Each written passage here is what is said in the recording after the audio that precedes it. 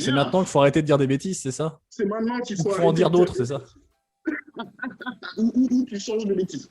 Voilà. Ok, il n'y a pas de problème. Hein.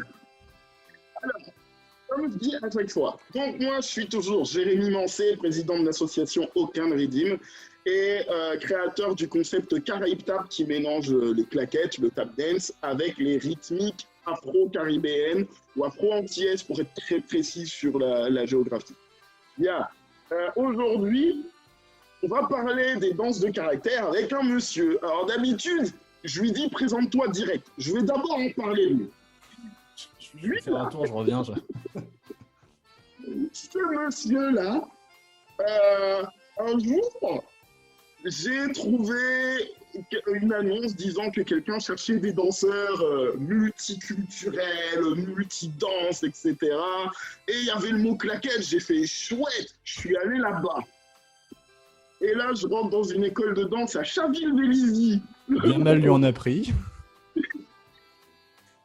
Je rentre dans cette école, je vois ce monsieur, on fait un petit entraînement, on fait une pause. C'est la première fois que je vois un danseur, quand il fait une pause, il sort là, picole le saucisse. On fait une pause, mais une pause de bonhomme, hein, un vrai bail. Puis on redanse et on transpire, c'est dur. Et là, je dis, waouh, je suis tombé dans quoi?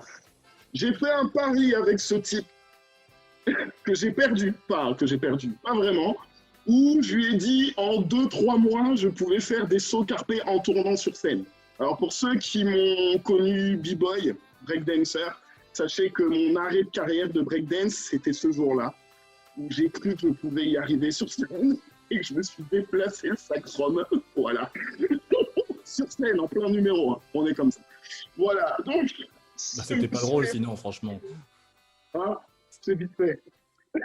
Ce monsieur et moi, on a une histoire. On a une histoire. Bien. Est-ce que tu peux te présenter un minimum qui tu es, ton parcours, voilà, ta danse, quoi, surtout. D'où je viens? D'où viens-tu? Qui es-tu? Alors, qui suis-je? Alors, bonjour à tous. Moi, je m'appelle donc Zoltan Zmarzlik. Je suis né en France, contrairement à ce que mon nom et prénom pourraient dire. Et je suis la 4e génération d'une famille d'artistes et de danseurs. Et ça remonte assez loin parce que mon arrière-grand-père était soliste chez les ballets russes Diaghilev. Donc voilà, ça remonte assez loin. Mon arrière-grand-mère, qui est toujours en vie aujourd'hui, était bien sûr danseuse dans les ballets russes et était devenue prof de danse. Voilà, ils sont venus en France vers les années 40. Mon grand-père paternel voilà, était bien sûr danseur également. Enfin, voilà, on va bien changer. Et il a rencontré ma grand-mère chez Irina Djebina, dans des anciens ballets russes, mais en France. Voilà. Et puis en plus, après, ils ont été directeurs artistiques du Châtelet fin des années 70. Donc voilà, ils ont un petit peu bien travaillé, ils ont fait les cabarets, les choses comme ça, ils ont connu pas mal de monde. Ensuite, forcément, mon père, voilà, de cette union de mon padre. Qu'est-ce qu'il a fait dans la vie? Mon père, lui, il a été danseur. Hein. Voilà, on va pas changer une équipe qui gagne. Donc voilà, mais mon père s'est axé plus vers le côté cabaret. Même s'il a eu une formation également avec des danses de caractère et que c'était un classique, mais mon père a fait plus de cabaret. Il a été danseur soliste acrobate au Moulin Rouge et il a rencontré ma mère au Paradis Latin. Donc, et ma mère qui était soliste cancan. Donc voilà. Et puis de cette union, voilà. Voilà. Et voilà du coup, toi, tu fais quoi dans la vie? Et moi je cultive des carottes. Non. Sur ce, voilà. Donc moi je suis devenu forcément danseur professionnel. Et puis il y a quelques années, voilà, j'ai voulu me mettre à enseigner. Donc j'enseigne toujours la danse. Ça fait maintenant presque 10 ans. Voilà, que j'enseigne la danse, tout simplement. Et puis bien sûr, j'ai rencontré ma femme, et puis on a commencé à faire des portées acrobatiques parce qu'elle aussi danse un petit peu, hein, au passage. Voilà, j'ai un petit frère qui danse aussi, donc voilà, toute la famille danse, la future femme de mon frère danse aussi, donc on n'arrête pas, quoi. Voilà. Moi, j'ai une formation. Ceux qui font des castings, tout ça, là, à Paris, d'accord, le nom Stoyan qu'on entend dans les castings et ça fait trembler tout le monde, c'est le petit frère. Voilà. Voilà, oui. Donc voilà. Et moi, j'ai eu une formation vraiment pluridisciplinaire et ça a été vraiment important. Donc moi, j'ai commencé la danse à l'âge de 4 ans, hein, forcément, ayant des grands-parents, grands-parents, parents voilà, qui faisaient de la danse. Forcément, moi, j'ai commencé la danse très très tôt, donc à l'âge de 4 ans.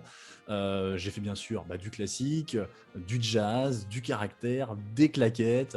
Voilà, j'ai été au conservatoire pour travailler dans la danse classique. J'ai fait du contemporain là-bas. Voilà, voilà. La danse de caractère, parce que c'est ce qu'on va un petit peu nous intéresser ce soir, elle vient bien sûr de mon grand-père, qu'il a eu de son père. Voilà, il faut savoir que mon arrière-grand-père est un des fondateurs des ballets polonais. Donc je connais un petit peu le sujet, voilà, au passage. Légèrement, Voilà, ça que va. mon grand-père était un ami intime de Igor Moïseïev. Voilà, ils se connaissaient très très bien et mon grand-père a fait voilà, pas mal d'allers-retours en Russie pour travailler avec lui. Il avait même été question à un moment donné qu'ils reprennent l'ensemble Moïseïev à la mort d'Igor Moïseïev. Pour des raisons logiques de famille, il est resté ici, tant qu'à faire. Voilà. Bon, enfin voilà, on connaît un petit peu le sujet quand même. Voilà, donc moi, mon Légèrement. parcours, voilà, donc j'ai baigné dans cette culture des danses de caractère, voilà, depuis toute ma vie, tout simplement. Voilà mon parcours. Ouais, bah là, voilà. Donc, si vous aviez un doute pour savoir si mon intervenant il pouvait parler du sujet, c'est réglé. Et, Tu me demandes de et me puis, présenter, je me présente, moi. oui, c'est ça. Et puis, bon, bah moi, mon père, non, il n'est pas danseur. Et son père, moi, mon père, il a bossé au ministère de la Justice. Mon grand-père, il était herboriste et pêcheur. Voilà, donc, et du coup, je suis danseur de claquettes, les gars. D'accord? Il faut me Logique, respecter. logique. Logique. Alors, déjà, on va parler de ce qu'on appelle danse de caractère. Est-ce que tu peux je peux t'as donné des noms qui sont plutôt vers la Russie, ou en tout cas les pays d'Europe de l'Est. Est-ce que tu peux nous donner un contexte qui a amené au, alors géographique, peu importe, qui a amené à ce dont on va parler ce soir en fait? On Alors, parle de qui, quand, où, où. quand, comment, quoi. C'est ça. Alors, pour mettre on va dire, un sens à ce mot, enfin cette expression danse de caractère, qu'est-ce que sont les danses de caractère? Et pour comprendre, voilà, vraiment, il faut comprendre quel est ce terme, d'où il vient, danse de caractère. Et il faut surtout connaître la définition de la danse de Mmh. caractère déjà. Si on ne connaît pas la définition, c'est un peu compliqué, quoi. Donc la définition la plus couramment utilisée, alors je l'ai écrite parce que c'est quand même, il y a plein de choses à dire, donc je me suis fait un petit pense-bête, donc si je regarde pas forcément la caméra, c'est que j'ai un petit pense-bête en même Oh, temps, hein. Vous m'excuserez, hein. Trop de choses. t'inquiète.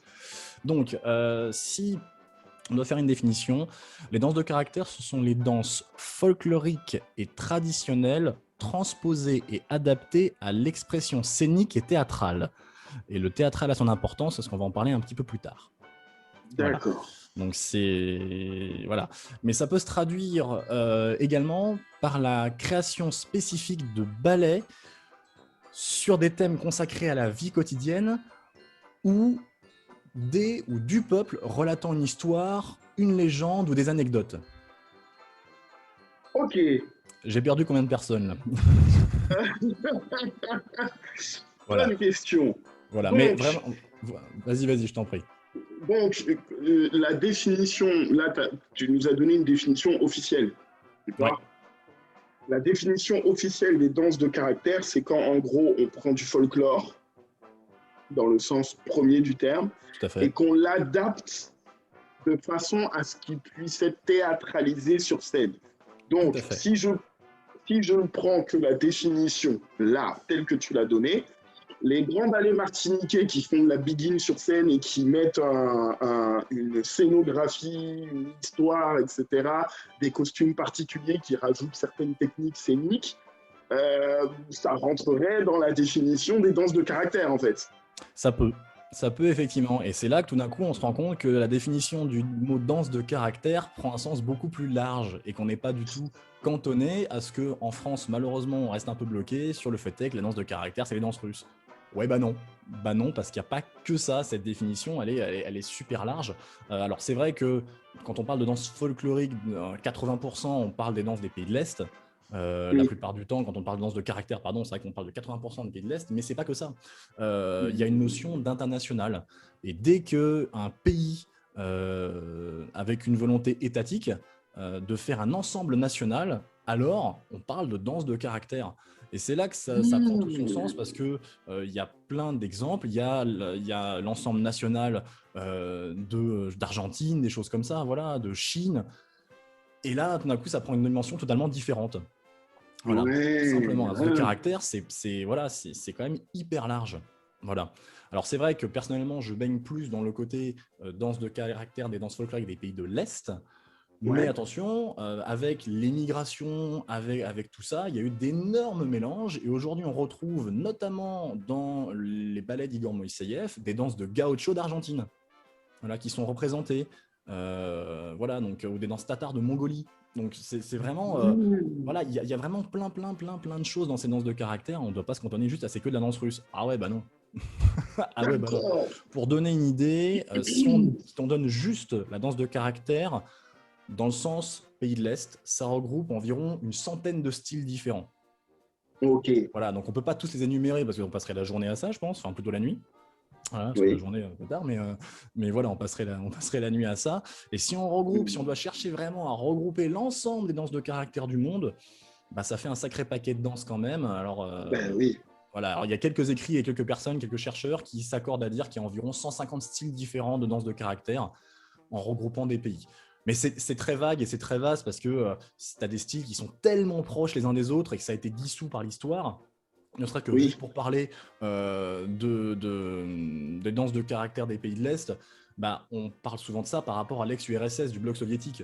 Et donc quand les pays ont éclaté, bah, ça a créé des petites différences par les pays, mais in fine, c'est la même chose, quoi. Il y a des pays, c'est exactement le même style. Donc voilà, c'est très vaste, alors qu'à côté de ça, quand tu prends la Russie, dans la Russie, il y a plein de styles différents parce que chaque région et des fois chaque village avait sa propre particularité.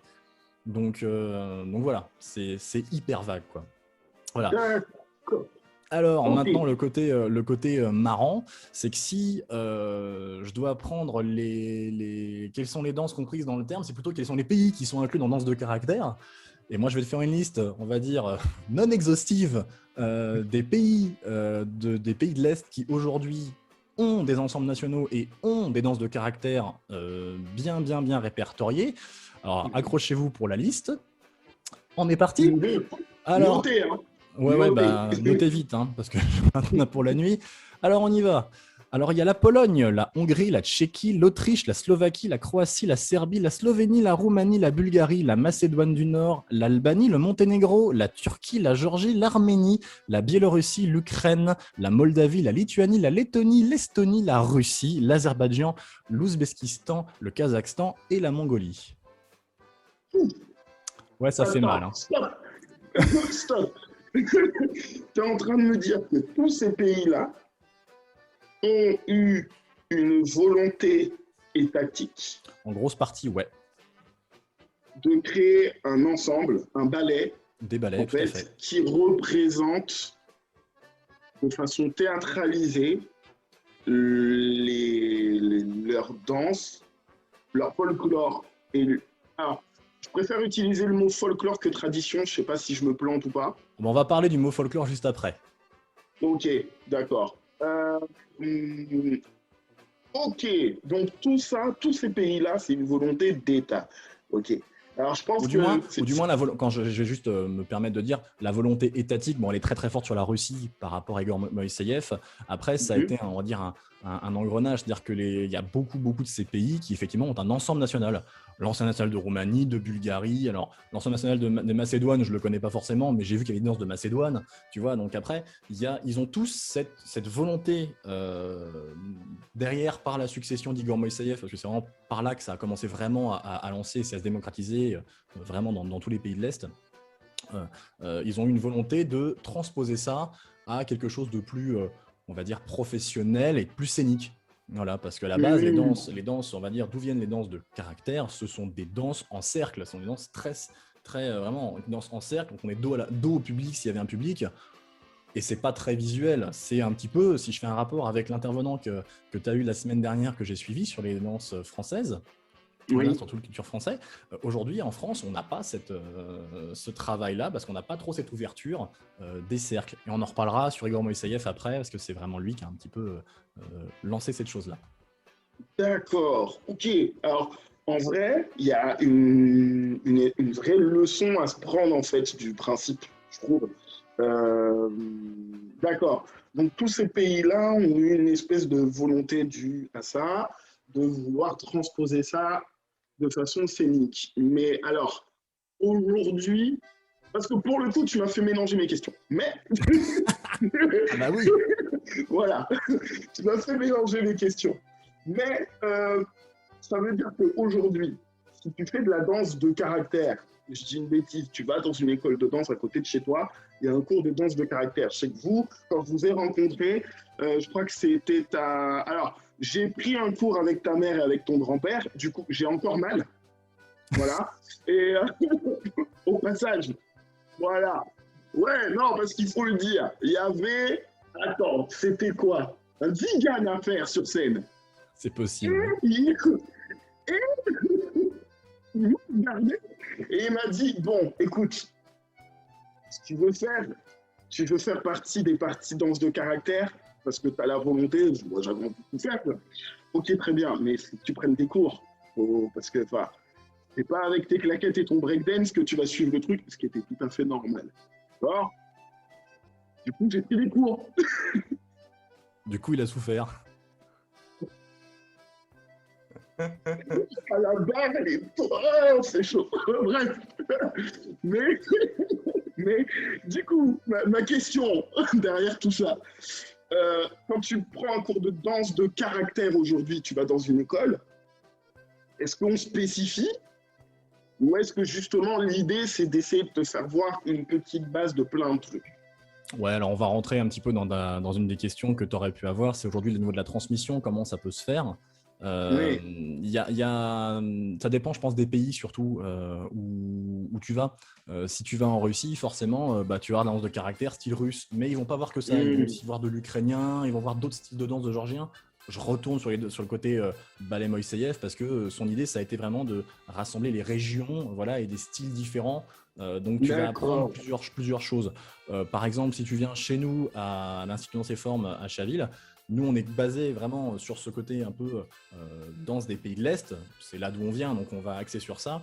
Et je vais enseigner des styles, voilà, le russe, le tzigan, le géorgien, l'arménien, le roumain. Voilà, il y a plein de choses comme ça, mais vraiment axé sur les pays de l'Est. C'est sûr que tu vas en Asie, bah, tu auras moins de cours de russe, quoi. D'accord. C'est moins fun, quoi, de leur côté. Et si tu vas, par exemple, en Argentine, tu vas danser de danse d'Argentine, les gauchos, choses comme ça. Pareil pour le Mexique, qui a un magnifique ballet national du Mexique qui est extraordinaire. Franchement, allez le voir parce que c'est vraiment dingue. Pareil, les danses d'Argentine, c'est complètement fou. En plus, ils mettent les bolas, ces choses comme ça, voilà, dans les danses d'Argentine. Donc, c'est vraiment... ça envoie du pâté. Donc, franchement, faut aller le voir. Voilà, ça dépend du pays où tu vas aller forcément. Maintenant, je connais aussi quelqu'un qui travaille au Brésil où il y a un ensemble russe, voilà, des troupes russes qui travaillent au Brésil. Donc, parce que ça D'accord. fait la grande migration de l'autre côté. Et Ouais. voilà, au passage, un ami à mon père qui bosse à Salvador da Bahia dirige l'ensemble national brésilien et donc fait des danses folkloriques brésiliennes.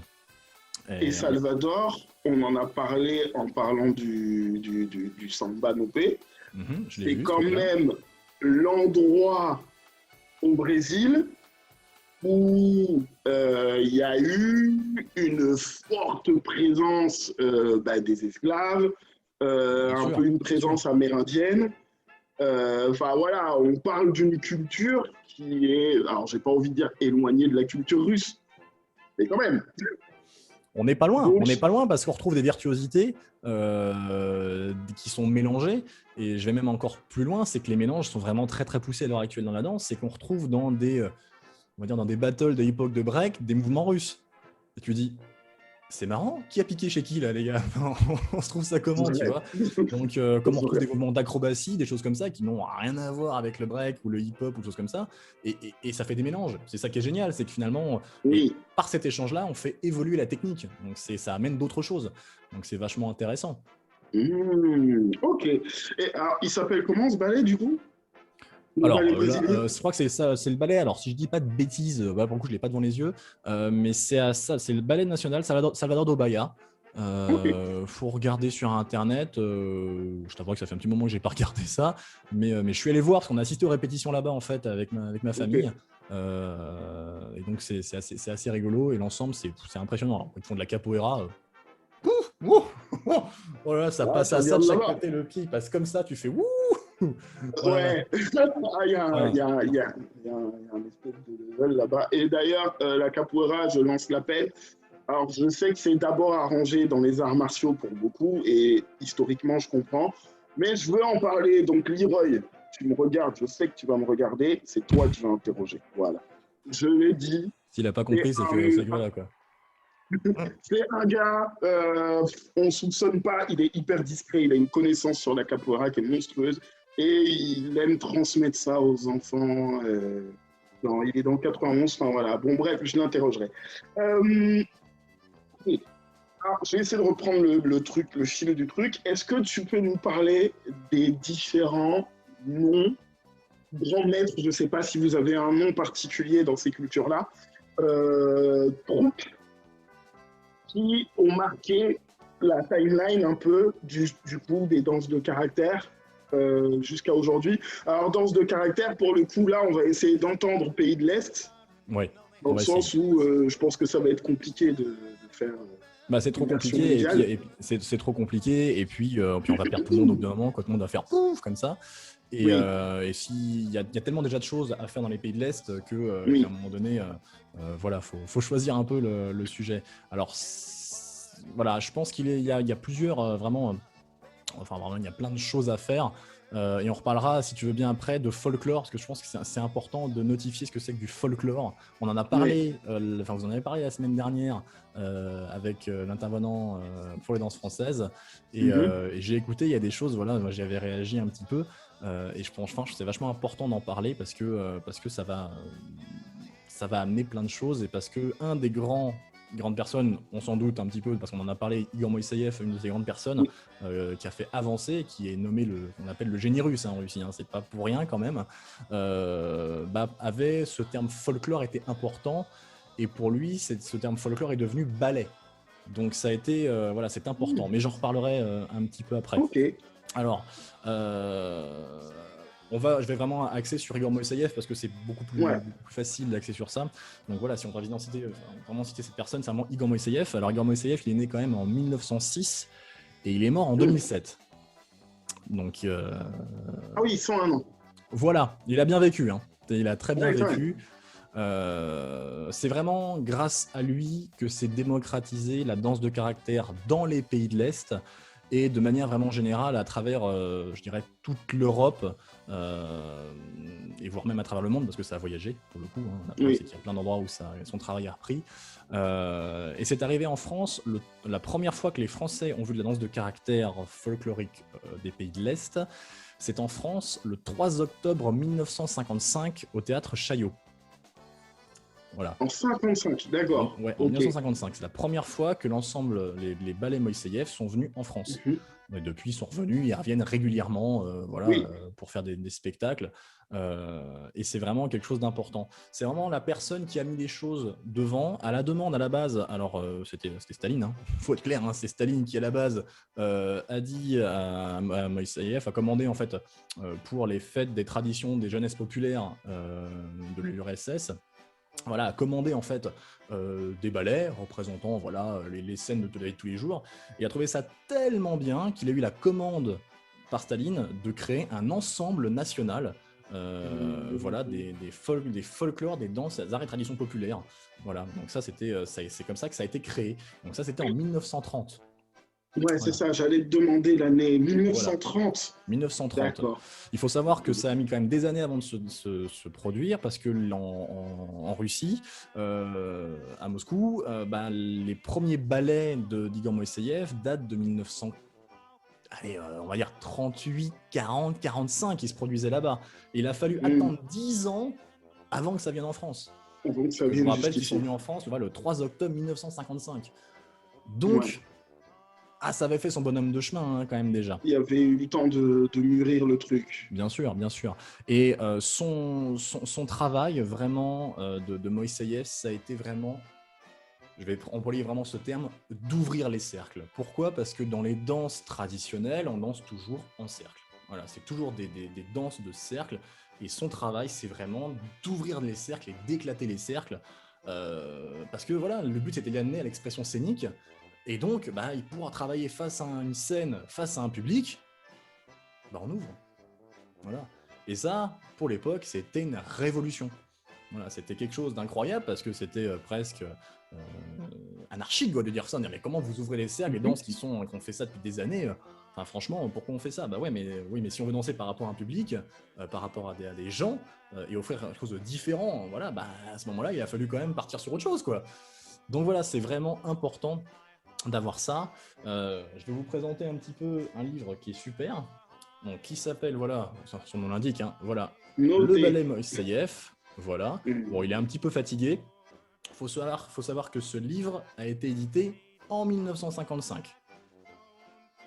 L'année où il est venu ici. Exactement. Donc, il a été édité la même année. D'accord. Donc, le public français a tellement bien accueilli ça, a trouvé ça tellement dingue, qu'ils ont fait un livre, mais en Hmm. direct. Ouais, c'est ça. Voilà, il a été Ok. édité après. Donc, je vais prendre, hop, je prends mes petites notes, excusez-moi. Vas-y. Fais. Et Igor Moïseyev a eu vraiment l'importance de dire des danses folkloriques, non, c'est un ballet populaire, ce sont des danses populaires. Voilà, pour lui, ça a Ah, été important de notifier ça. c'est pas du folklore. Eh ben, tu t'inspires du folklore pour en faire des ballets. Tu t'inspires de ça pour faire des ballets. Et l'exemple le plus frappant qu'on puisse faire avec Moïseyev, bah, c'est qu'il a fait quand même un ballet sur le football. Ouais, ouais. D'accord. Dans son ensemble Moïseyev, il y a un ballet qui s'appelle Football. Donc il s'est servi des pas folkloriques, de la danse de caractère, voilà, Ouais. de la culture des peuples, pour, et ça c'est important ce que je dis, de la culture des peuples, on en reparlera Mhm. après, pour créer des ballets amenés à l'expression scénique. Ça n'a rien, et c'est quand même complètement dingue de voir ça. Et donc on se dit, Ah, ouais.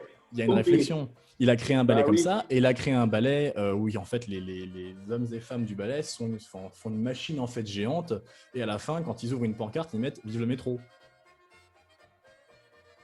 Voilà. Et Ok. c'est, C'est pas du tout ce qu'on. et ben c'est pas ce qu'on imagine.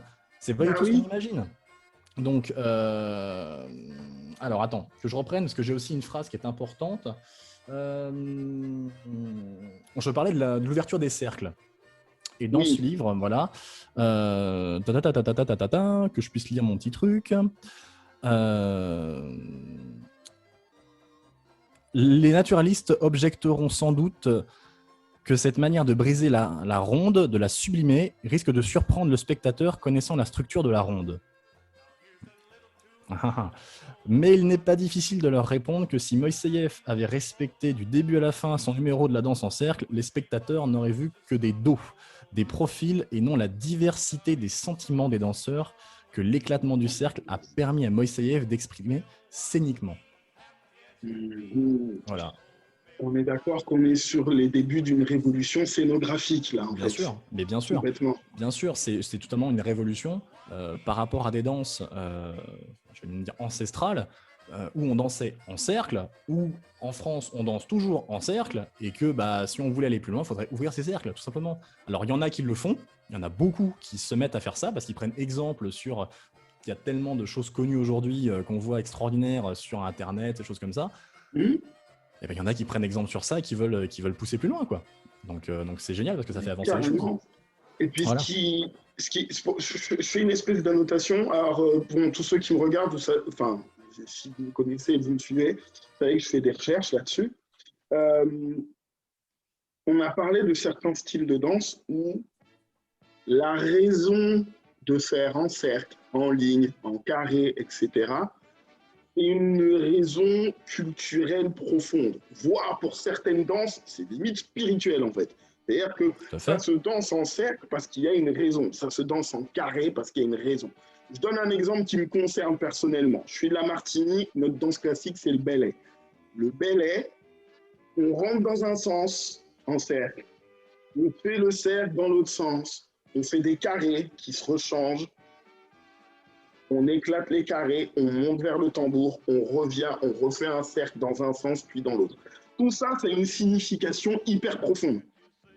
Donc le jour où, j'imagine dans plein d'autres cultures c'est le cas, le jour où un chorégraphe arrive et dit, les gars, votre cercle, je l'ouvre, Bah ouais, ça j'imagine que pique. pour un traditionnaliste, c'est...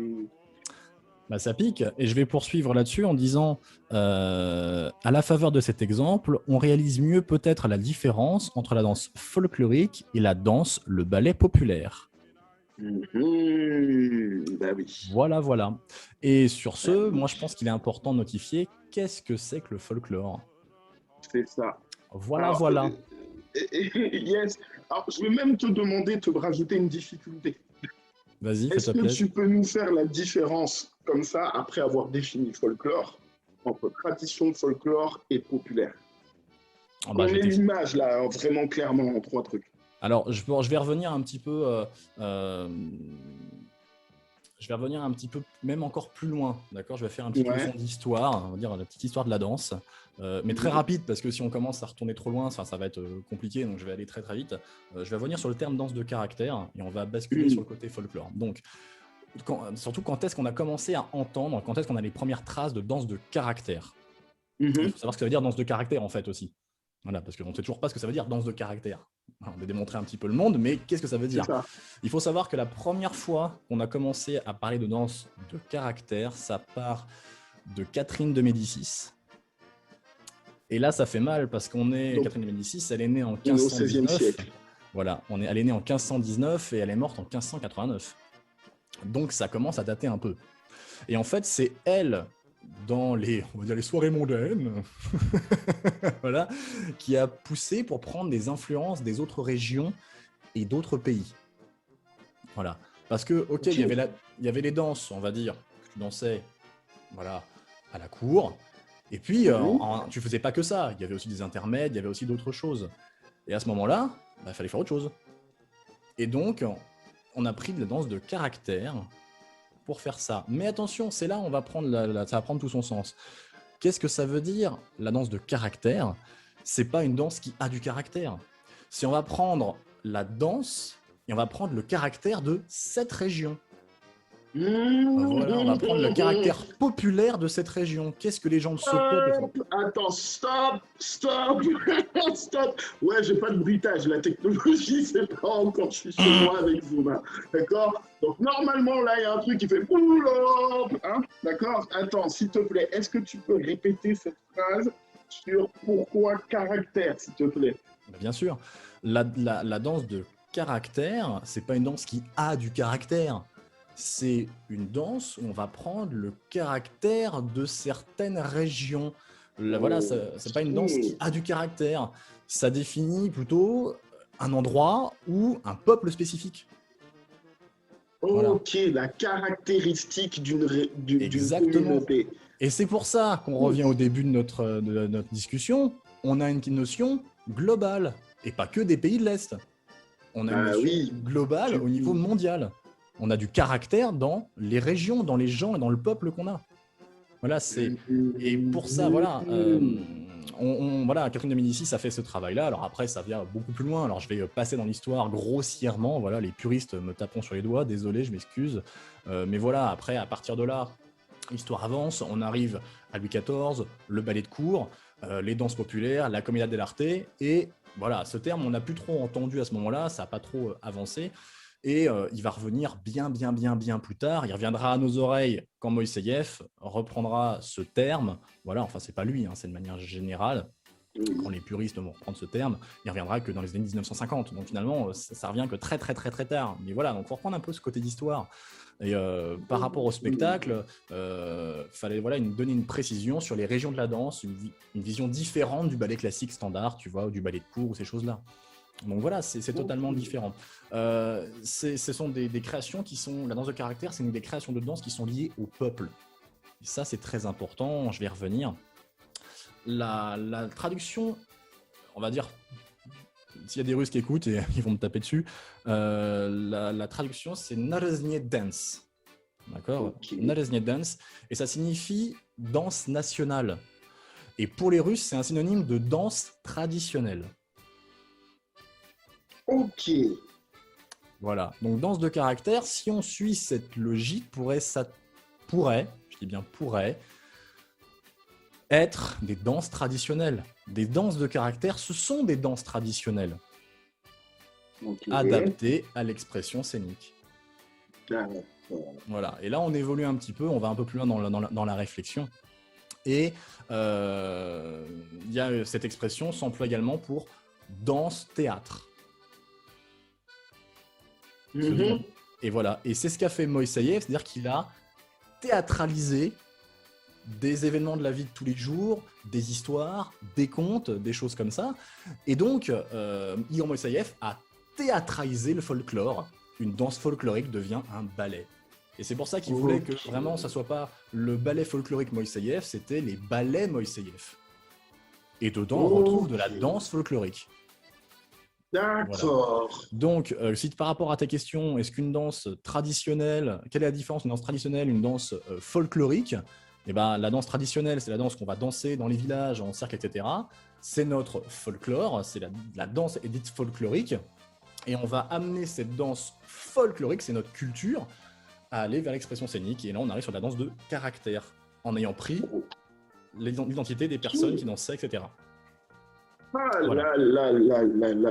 Ça, c'est de l'or pour moi parce que tu me donnes une autre vision, une autre définition de ces mots.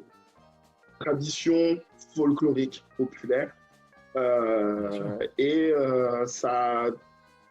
Les connexions se font entre ce que j'ai entendu de la part de danse de différentes cultures et ça prend tout son sens en fait. Bah, c'est-à-dire que de toute façon, après, c'est une histoire, ça se raconte, ça se mélange, et puis à un moment donné, voilà. C'est ça. Et du coup, donc, j'essaye de clarifier, de résumer pour être bien sûr. Le folklore, c'est la danse folklorique, c'est la danse qui appartient à un peuple. Elle est traditionnelle quand elle reste dans sa forme de base, le cercle, le pourquoi, l'événement. Hein. Elle devient un ballet quand tu l'adaptes à la scène. Bien sûr, en gros. Bien sûr. Voilà. Si on résume, voilà, grossièrement, c'est exactement ça. Oui, c'est ça. Et du coup, alors, je ne veux pas polluer la définition que tu peux en avoir, parce que forcément, moi, de mes recherches, j'en ai d'autres. C'est une définition c'est une définition qui, pour moi, en tout cas, et je vais même dire pour ma famille et pour mon grand-père, parce qu'on en a parlé un petit peu, hein, quand tu m'as voulu m'interroger, j'en ai parlé avec mon grand-père, et j'ai dit, on se met raccord sur la bonne définition à donner voilà, de la danse de caractère, parce que c'est important de la connaître, cette notion-là, exactement. Et voilà, c'était important de donner cette définition. En tout cas, que tout le monde ait une définition en particulier. Voilà, quoi. Si on a une à donner, c'est celle-là. Ok. Et du coup, populaire, toi, tu le vois comment? Puisque tu as utilisé le terme danse populaire. Les danses populaires, c'est vraiment les danses du peuple. Voilà, c'est les danses pareil, voilà, qui sont... Je veux dire, pour moi, ça se mélange un petit peu avec voilà, les danses traditionnelles. Voilà, les danses populaires, danses traditionnelles, pour moi, c'est un... Je dirais pas que c'est la même chose parce que vraiment là on va me taper sur les doigts, mais oui on retrouve les mêmes significatifs. Mais je pense pas qu'il faut trop rentrer dans ce sujet parce que on va faire des rapprochements des fois qui sont pas bons. Oui. Et voilà, je pense que là faut cloisonner un peu. Ok. Par contre, là où je pense que c'est important, c'est de faire une aparté sur le mot folklore. Tu vois, j'en parlais tout à l'heure. Si tu veux bien, je veux bien dire ça parce que c'est important parce que d'où vient ce mot déjà? Est-ce que tu sais déjà, toi, où d'où vient ce mot folklore? Alors là, non, je peux pas remonter à l'origine du mot. Ah, désolé. Alors, j'ai pas la date, par contre, j'ai la personne qui a inventé le terme. D'accord? Ok, Donc, le mot folklore vient d'un monsieur qui s'appelle Monsieur Torms, c'est un savant anglais, d'accord? ok. Et je te l'appelle, il s'écrit Thorms, d'accord? Thorms, Voilà, c'est ok. Monsieur Torms, qui a inventé ce mot folklore en joignant donc deux mots, folk, qui veut dire le peuple, et Mhm. lore, le savoir ou les connaissances. On peut donc traduire littéralement que le folklore, c'est la culture du peuple ou la connaissance du peuple. Ce mot englobe l'intégralité des connaissances populaires, de la poésie, des traditions, dans tous les domaines, des rites et des croyances. Voilà, on parle de science folklorique. Voilà, D'accord. voilà. Ok. T'as une... t'as pas une date, c'est ça? Non, là, pour le coup, j'ai pas de date. Je Ok. t'avouerai qu'on en a parlé avec mon ancien et j'ai oublié de noter la date. Je leur demanderai.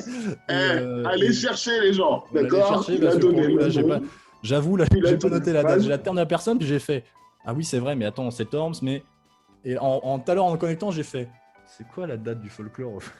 Je l'ai plus. D'accord. Donc c'est un mot que quelqu'un a posé sur un. Voilà, c'est pas un mot qui a une racine vieille comme on pourrait trouver dans d'autres mots où il faut aller Voilà, non, chercher une voilà, étymologie c'est un grecque savant anglais hein, qui qui a veut. sorti ça. D'accord. Voilà. Ok.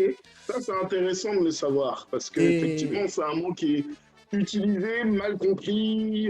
exactement, Voilà. exactement. Et je vais rebondir sur ça.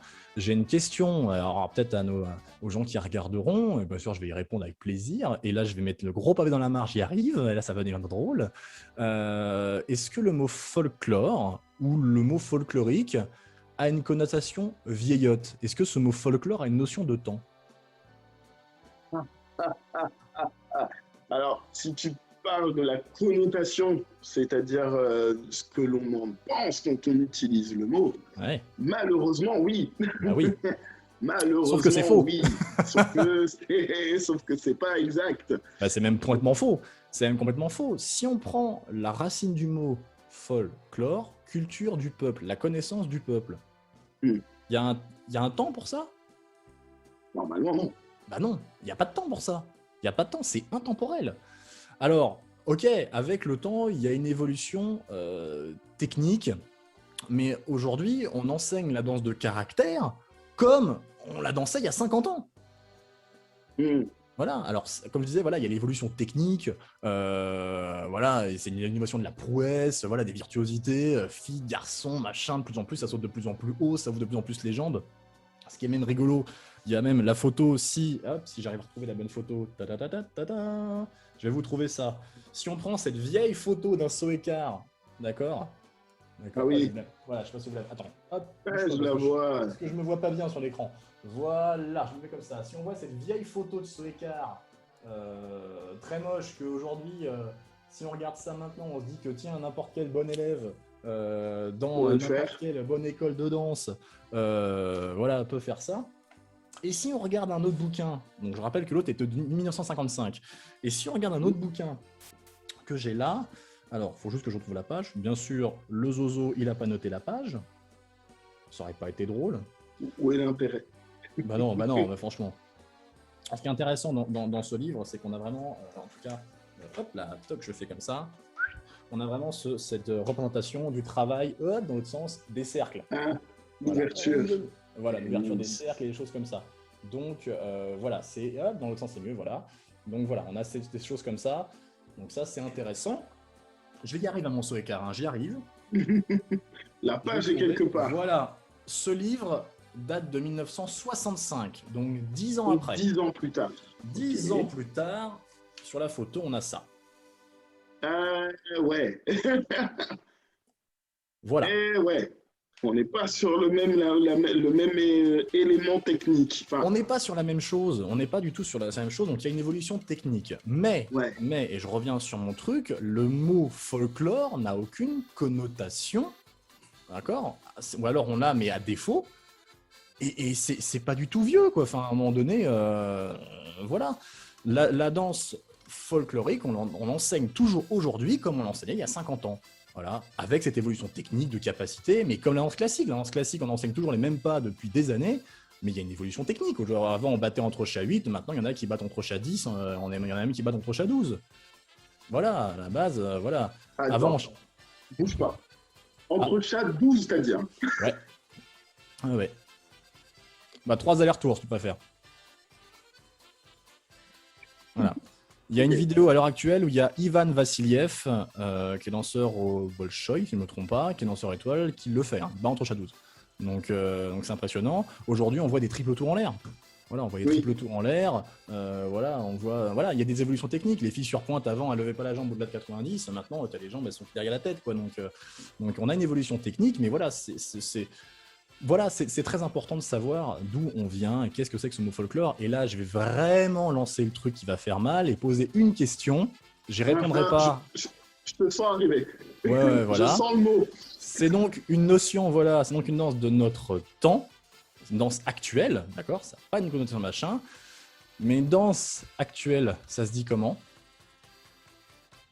Une danse, Logiquement, une danse contemporaine. contemporaine. Et là, ça pique. Voilà, Logiquement, oui. voilà, logiquement. Logiquement, oui. Et donc, qu'est-ce qu'on dit? On dit que la danse de caractère, c'est la danse contemporaine? Et là, il y a un hic. C'est ça. Mais je ne répondrai pas à cette question. Bon, non, si je vais quand même y répondre, non, la danse de caractère, c'est pas la danse contemporaine, c'est complètement autre chose. Voilà, là, je rigole un petit peu. Mais c'est vrai que sur cette question de folklore, c'est des danses anciennes. Bah non, c'est pas des. Enfin, oui et non, c'est des danses anciennes. Oui, bah non. Enfin, à un moment donné, faut statuer dessus. Et la danse folklorique, bah oui, ça a une connotation ancienne, c'est des danses traditionnelles qui sont amenées à l'expression scénique, mais avec la danse de caractère, on peut parfaitement faire des danses actuelles. Comme je disais, il y a le ballet d'Igor Moïseyev qui a fait un ballet sur le football.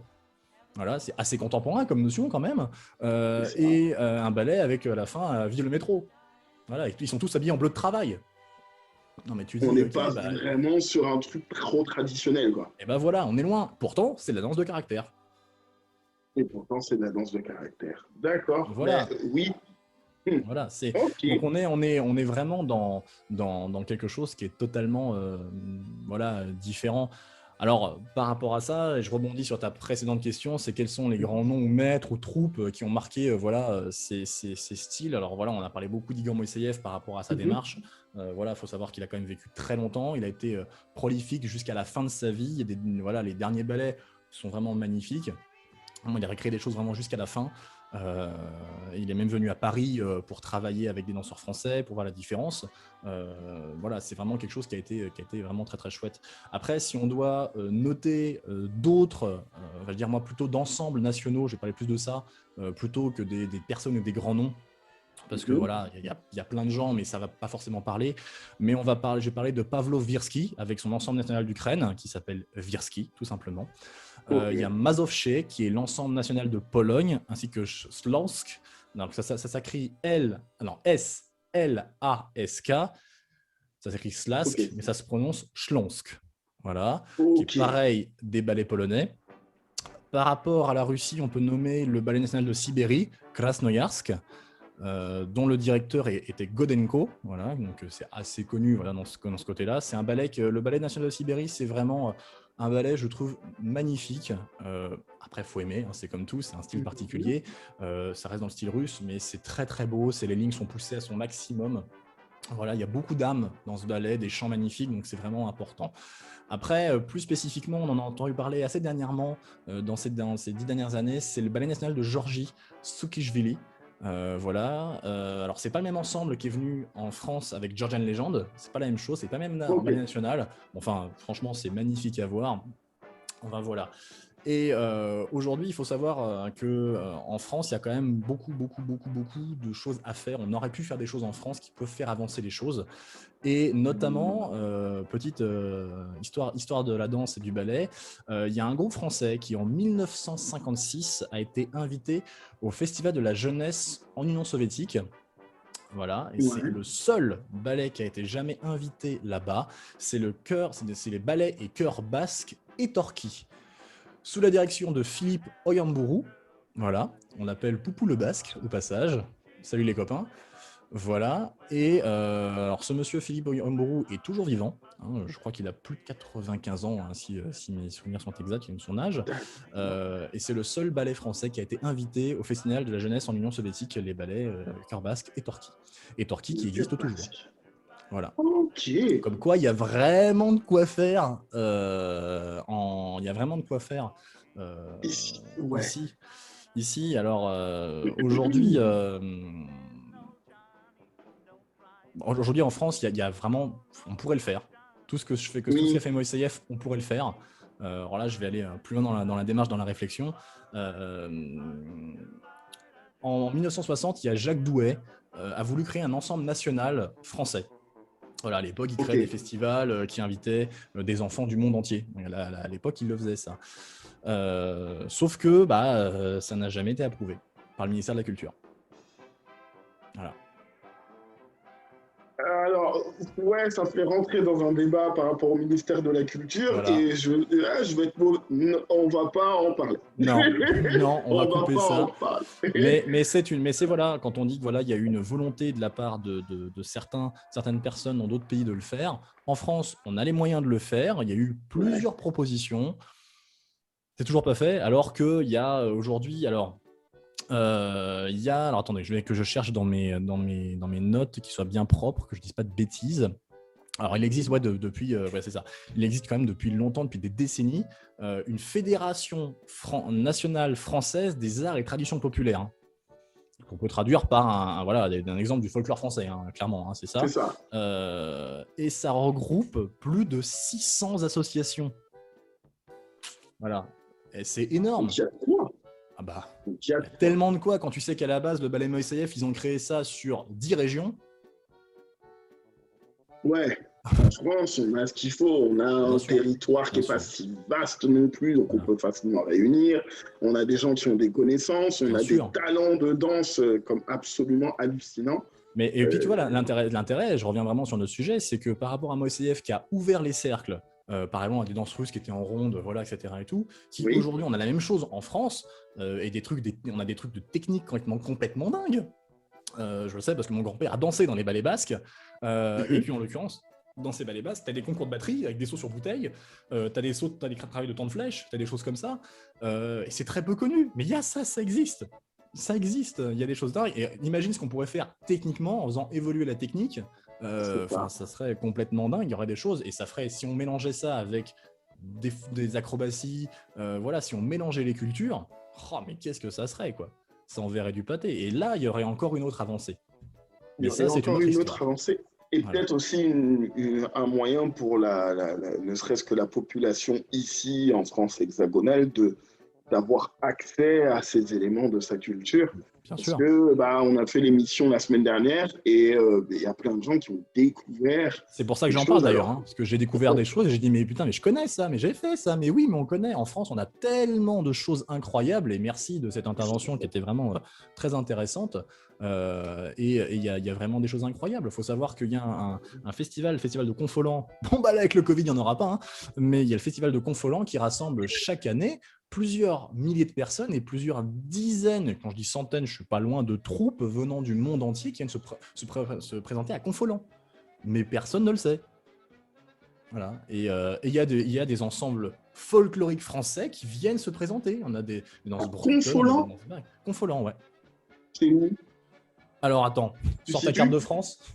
Attends, bouge pas. Confolens, comment tu l'écris? J'ai Google. Alors attends. Pour que tout le monde le sache. Tape Festival de Confolens, je suis sûr qu'on va le trouver.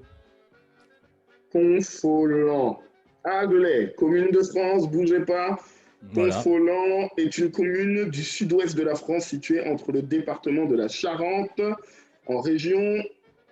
dans le département de la Charente, en région Nouvelle-Aquitaine. Voilà. Et je vais même te dire, là je suis sur la page, j'ai tapé Festival de Confolens, le festival d'art et tradition populaire du monde de Confolens, ou Festival de Confolens est un festival de folklore de renommée internationale mettant en scène les musiques, chants, danses et coutumes populaires des 5 continents. Yes. Voilà. Cordialement. Faut y aller. Bien. Donc si vous voulez voir des choses extraordinaires du monde entier, allez voir là parce que c'est vraiment dingue. Et c'est un festival à voir, franchement, parce que c'est complètement fou. Il y a des trucs incroyables et j'ai pas mal de potes biélorusses, russes, voilà, qui viennent de droite à gauche, qui sont allés danser dans ce festival grâce à leurs ensembles nationaux. Voilà, j'ai un copain qui vient de Russie vraiment profond et qui est allé danser à Confolens et qui, à la suite de ce festival, est resté en France. Ah, Voilà, il oui, est. parce qu'il y a un autre problème quand tu viens en France, c'est les Françaises, ça te donne envie de rester. Ah, ça, c'est un très très dur. Ah, ça, c'est Ah, dur. Hein. Puis écoute, pour les gens des pays de l'Est, ah là là. je suis à Bordeaux, hein, c'est pas pour rien. Alors, N'importe quoi. euh, je voudrais que tu nous dises, justement, parce que tu en as parlé brièvement, tu as dit que effectivement, si tu étais en Russie, il y avait peut-être plus de danse russe, si tu étais en Asie, tu ferais peut-être moins de danse russe, etc., par rapport à la formation. Euh, donc, ici en France, Mhm, d'accord? Ici en France, est-ce que tu peux nous parler dans ces danses du coup de caractère de l'Est mhm. de festivals, associations, événements, de choses qui se passent où on pourrait avoir accès justement à ces cultures-là? Alors, pour parler des festivals, c'est compliqué. Il y en a très très peu, hormis Confolens qui est vraiment hyper connu. Et encore, tu Ouais. vois, je te le fais découvrir. Donc, et pourtant, il est là depuis des années.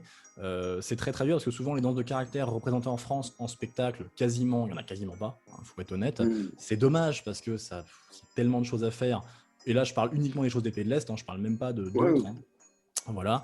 On en retrouve dans des cabarets. Des fois, de temps en temps, tu as des passages comme ça dans des cabarets, mais c'est très rare. Et souvent, c'est dans des festivals, mais qui sont vraiment éphémères. Tu vois, c'est pendant l'été. Voilà, tu as des dates comme ça, des dates comme ça. Moi-même, je me suis retrouvé à faire des spectacles de danse russe, tzigane, moldave, enfin des ensembles voilà, complets, avec des copains, à voyager de nuit sur la route. Enfin, voilà, les trucs, voilà, des tournées marrantes, quoi. Des trucs chouettes, à faire 4 ou 5 spectacles dans 2 jours, tu vois, et t'es comme ça. Et tu répètes la nuit, enfin voilà, c'est la fête. Et généralement, c'est pour des events particuliers. Voilà, c'est Mm. assez rare de voir ça en France. Donc c'est dommage, c'est dommage. Franchement, c'est dommage. Après, chaque année, tu as les démonstrations de l'opéra, faut en parler. Et donc, tu as Mhm. une professeure à l'opéra qui s'appelle Roxana voilà, Barbacarou. Voilà, qui est professeur titulaire donc, à l'Opéra de Paris, au CNSM, et qui donne des cours de caractère voilà, pour les enfants. Je mets un petit attention, c'est un caractère qui est très classifié, qui tourne vers le ballet classique, d'accord. Donc D'accord. ce sont des études de caractère qui vont amener vers les ballets classiques, voilà. Parce qu'attention, la danse de caractère, on va dire, le standard danse de caractère, c'est vrai que c'est la danse russe, d'accord. Et Mhm. par rapport à ça, on se sert de toutes les positions classiques intégrale et on se sert de la technique classique. Donc un danseur de caractère est avant tout un danseur classique. Il faut bien le savoir. D'accord. C'est-à-dire que ça, Ok. c'est important à savoir. Donc par rapport à la transmission, si tu viens faire un cours de danse de caractère en France, il y a quelques écoles qui donnent ça. Je pense que si on est une quinzaine, c'est un gros max en France, ou alors il y en a que je connais pas, Mhm. et franchement, je serais heureux de les connaître et de partager avec eux parce que c'est dommage. Voilà, je sais qu'il y en a à Toulouse, je sais qu'il y en a à Montpellier, il y en a à Bordeaux peut-être, je sais pas. Il y a l'école Rythme et Compagnie avec Chloé Guez, que je salue si elle est là, Ouais. qui a, a un pôle sur les danses de caractère. Il me semble qu'il y a même une coupe et dont le nom m'échappe. Mais D'accord. il y a, si vous allez à l'école Rythme et Compagnie, elle m'en a déjà parlé. Elle est passionnée de ça. Ouais, mais c'est Et chouette, c'est chouette. sur Bordeaux, ouais. Et voilà, il y a plein de choses comme ça. Il y en a en Suisse. En plus, je sais qu'en Suisse, alors j'ai plus le nom de l'école exactement, mais en plus, je l'ai vu il n'y a pas si longtemps sur YouTube. Ils font des cours et des concours avec danse de caractère. Et c'est une fille qui venait de chez Virsky, ensemble national Mhm. d'Ukraine, qui donne les cours là-bas. Et franchement, quand tu regardes les filles, quand ça danse, ça dépote. Hein. Et franchement, c'est super ce qu'elle fait. Voilà, mais c'est en Suisse. Alors, bah, il y a chez nous, à Chaville, nous, on donne des cours de caractère vraiment appliqué à l'école russe et on démontre plein de styles différents. Voilà, et après, si tu Ok. veux, je te parlerai un peu des styles pour faire un peu un gros Ouais. mélange de ces choses-là parce qu'il y a plein de choses à dire encore. Voilà, après, il y a de plus en plus d'écoles ou de conservatoires qui sont en train d'amener la danse de caractère en fait, à faire un plus par rapport à l'enseignement de la danse classique. Et c'est très bien, Ok. c'est très bien, ça fait quelque chose en plus parce que la danse de caractère, je peux en parler parce que ça a été voilà, c'est toute ma vie clairement, hein, avec la danse de manière générale. La danse de caractère, c'est un plus par rapport à l'enseignement classique, par rapport à tout ce que tu peux avoir. Voilà, on va dire que c'est un bonus. Ce bonus m'a tellement servi, mais vraiment, hein, Oui, franchement, ça a été une énorme force pour moi. Déjà d'être un homme, c'est une énorme chance dans ce milieu. Voilà, mais en plus d'avoir fait du caractère, des acrobaties, des virtuosités russes. Alors tout le monde pense effectivement à tout ce qui est voilà, toc, les choses au sol comme ça, voilà, qu'on appelle Prisyatki en réalité, hein, voilà, ou pas Kazachok, ça s'appelle pas Kazachok du tout, ça s'appelle Prisyatki. merci, Voilà. merci, merci. Attends, je te remets le pull-up, s'il te plaît. Parce que ça, oh là là, je l'ai entendu tellement. Je crois que c'est à cause d'une chanson ou à cause d'une pub. Je Bien sais pas sûr, pourquoi oui, oui, les non, mais gens c'est une appellent ça comme chanson et qu'il y a ça. des gens qui ont dansé, qui ont fait ça là-dessus, et donc c'est rentré dedans, quoi. Mais voilà, mais en C'est fait, ça. non. Non, ça s'appelle Prisyatki. Voilà, et Prisyatki, littéralement, ça veut dire plier. Voilà, quoi, Voilà. Et ça voilà. fait mal aux cuisses. Je préviens. Oh non, oh là là. Hé, mon père, parce que le coup de t'essayes le truc et que t'entends, ouais, ben toi, t'en as fait 30 secondes, t'es tombé, ben sache que lui, à côté, il a fait un concours, il en a fait je sais pas combien. Si, non, c'est pas possible. Ça fait mal aux cuisses, d'accord? Si vous n'êtes pas entraîné, comme eux, là, ça fait mal aux cuisses. Je le dis. Vous en faites ce que vous voulez si vous voulez essayer. Voilà. J'aurais prévenu. Non, non, mais voilà, quoi. Il y a vraiment. Il y a des choses incroyables. Alors, il y a de plus en plus d'écoles. Et là, en plus, là, par exemple, moi, je vais essayer de donner des cours dans une autre école, dans un conservatoire à Paris. C'est pas encore fait, mais voilà. Il y a vraiment des choses à faire. Et vraiment, j'encourage les gens à essayer la danse de caractère parce que c'est un univers différent. Et quand je dis danse de caractère, voilà, que ce soit folklore russe, mais que ce soit d'autres folklores en particulier, hein, on n'est pas bloqué sur ça du tout. Voilà, c'est important. Franchement, il y a pas mal de choses à faire. Alors, chaque année, il y a, je crois, le prix du CND de Paris. En plus, j'ai une copine et un copain qui donnent des cours aussi de caractère, qui prennent des cours chez nous, enfin, qui ont pris des cours chez nous aussi et qui maintenant donnent des cours de caractère, qui font à leurs élèves des cours de caractère. Et France, si tu me regardes, c'est avec plaisir. Allez dans ces cours également parce que c'est super chouette. Et fait le concours du CND, je crois, Ok. voilà, chaque année. Et voilà, donc c'est des concours qui se passent pour les enfants, pour travailler. À ce détail-là, la danse de caractère aujourd'hui, alors nous, en tout cas nous à l'école danse à Chaville, on fait commencer la danse de caractère aux enfants pas avant 7 ans et demi, 8 ans bien tassés quand même, hein. Voilà, D'accord. moi je dirais même 8 ans pour être franc. Avant c'est trop jeune. Avant c'est trop jeune et il y en a même, si je prends mon grand-père, c'est 9 ans. Voilà, donc tu Ah vois, oui, d'accord. et je suis un peu d'accord, enfin je suis même complètement d'accord avec lui parce que c'est tellement compliqué, c'est un univers Hmm. tellement vaste. Il faut savoir qu'on utilise totalement les 7 positions. Et je dis bien les 7 positions. D'accord? Info en plus, une septième. Oui, Mm-mm. oui. Première, Alors, on est d'accord. D'accord. Seconde. Troisième, légèrement croisée. Quatrième, bien croisée. Cinquième. Sixième. Septième. euh, ok, Septième qui est une quatrième parallèle en fait. ok, Voilà. oui, Voilà, mais que nous, enfin moi je l'appelle, enfin moi, pas moi, mais elle s'appelle septième. Voilà. Et d'accord, donc on ok. utilise énormément ça parce qu'en style folklorique des pays de l'Est, l'en dehors, c'est obligatoire parce que forcément, on se sert des bases classiques, donc tout ce qui est pirouette, tout ce Oui. qui est levé de jambes, tout ce qui est saut, etc. On se sert des passages en première, en quatrième, en fente. Tout ça, ces termes, ils existent, hein. Quand on enseigne Mhm. même en russe, en Russie, ils disent ah, priskati et quatrième droite. Ce que tu vas faire. Voilà, le langage, il est quand même français au niveau de la danse classique. Hmm. Ça, je pense qu'on en parlera plus tard. Je vais passer Ouais, là-dessus. Mais voilà, donc on se sert de ça. Mais il y a du parallèle, il y a beaucoup de choses en parallèle en danse de caractère, et on travaille aussi sur de l'en-dedans. Donc il y a des frappes en dedans, en d'accord. dehors, des choses comme ça. Donc il y a tellement de spécificités Oui, que c'est je très pense. dur de commencer. Il faut que les enfants soient déjà un petit peu formés au classique. Alors nous, par exemple, ce qu'on a mis en place, c'est qu'on a mis en place une classe, on va dire préparatoire danse de caractère qui s'appelle Tridance. Voilà. Donc à partir de l'âge de 7 ans. Et donc, résultat, les enfants font dans la même classe, ils font en fait du classique, bien sûr, toujours, font toujours du classique quoi qu'il arrive, mais on les initie au jazz, voilà, un petit Ok. peu, voilà, pour qu'ils puissent aborder ça. Alors c'est un jazz qui est hyper édulcoré, tu vois, faut pas faire mal aux enfants. Et on leur fait faire des débuts de danse de caractère en leur mettant la sixième, vraiment, et puis la septième, et puis une vraie seconde, voilà, avec une seconde un petit peu parallèle, parce que on a besoin de ça en danse de caractère. On utilise ces trucs comme ça, des positions parallèles, voilà, avec des frappes en dedans, en dehors, en dedans, Voilà. en dehors. Voilà, il y a plein de choses comme ça. Voilà. Ça, c'est Et intéressant. Ok. voilà. Et puis d'un point de vue formation, c'est-à-dire que la danse de caractère, la base, ce sont les contretemps. Voilà. Ok. Voilà, on danse pas, on danse bien sûr sur le temps, d'accord, mais une danse de caractère, ça va faire voilà, c'est vraiment un contretemps, ça swing. Voilà. Donc Ouais, oui. ça te parle, hein. Alors, oui, ouais, bien sûr, mais je veux éclaircir les termes qui viennent d'être utilisés parce qu'il y a des gens qui regardent, qui viennent de différents styles de danse. D'accord? Le contretemps, officiellement, c'est quand tu marques ce qui est au milieu du temps écrit en binaire.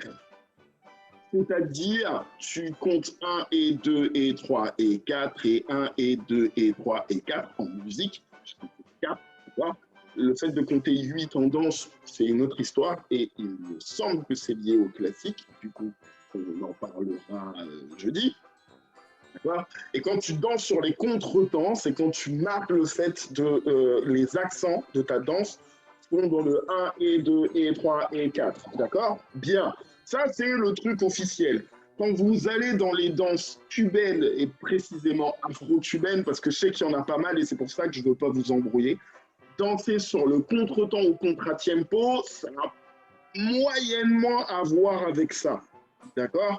C'est parce que les accents marqués, quand on compte 8, en fait, on compte les demi-temps si on écrit la musique. D'accord?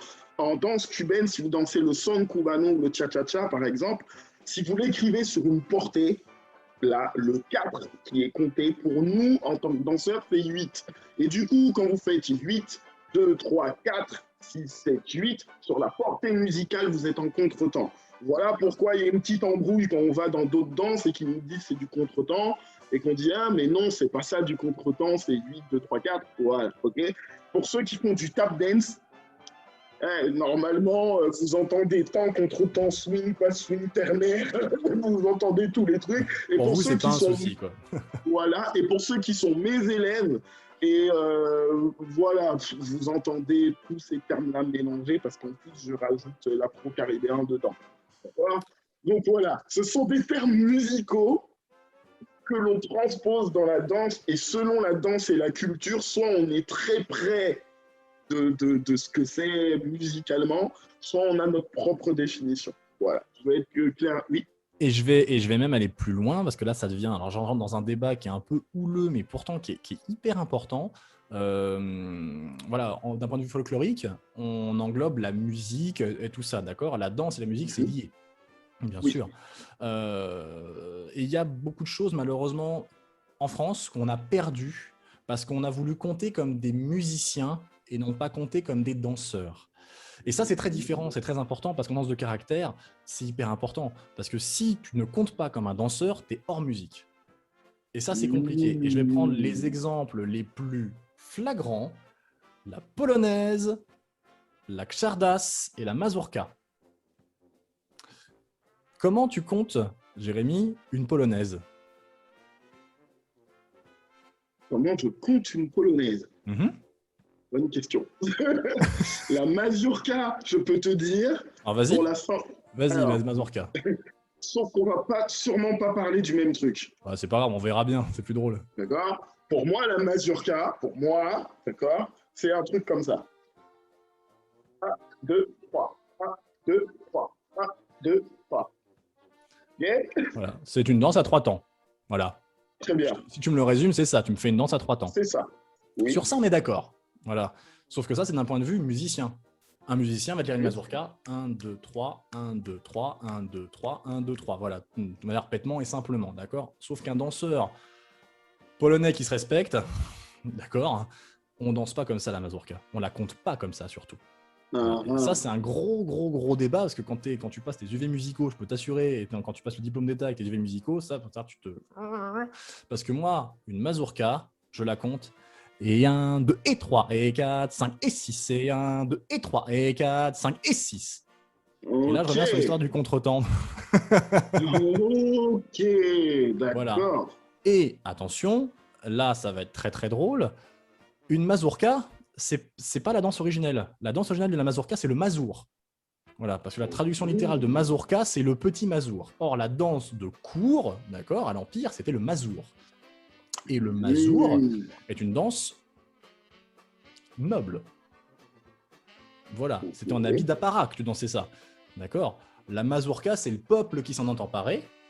Et donc, tu vois, on va dire qu'aujourd'hui, un mazour, c'est plus une danse, on va dire, d'apparat, etc. Elle est moins bien dansée. D'accord. C'est une danse, on va dire, je vais dire traditionnelle. Alors qu'une mazurka est une danse folklorique, parce que c'est le peuple qui s'en est emparé, et elle a dansé différemment, et l'a accéléré. D'accord. Voilà, donc voilà, c'est différent, mais bon, c'est un autre sujet. Mais voilà, par exemple, pour partir sur ce que tu décomptes, une mazurka, tu le comptes, et 1, 2 et 3, et 4, 5 et 6. Voilà, entre voilà, les deux derniers temps, tu as un contretemps ici, tu as une levée. Voilà, pour un danseur, ça. Et c'est une danse qui est sautillée. Voilà.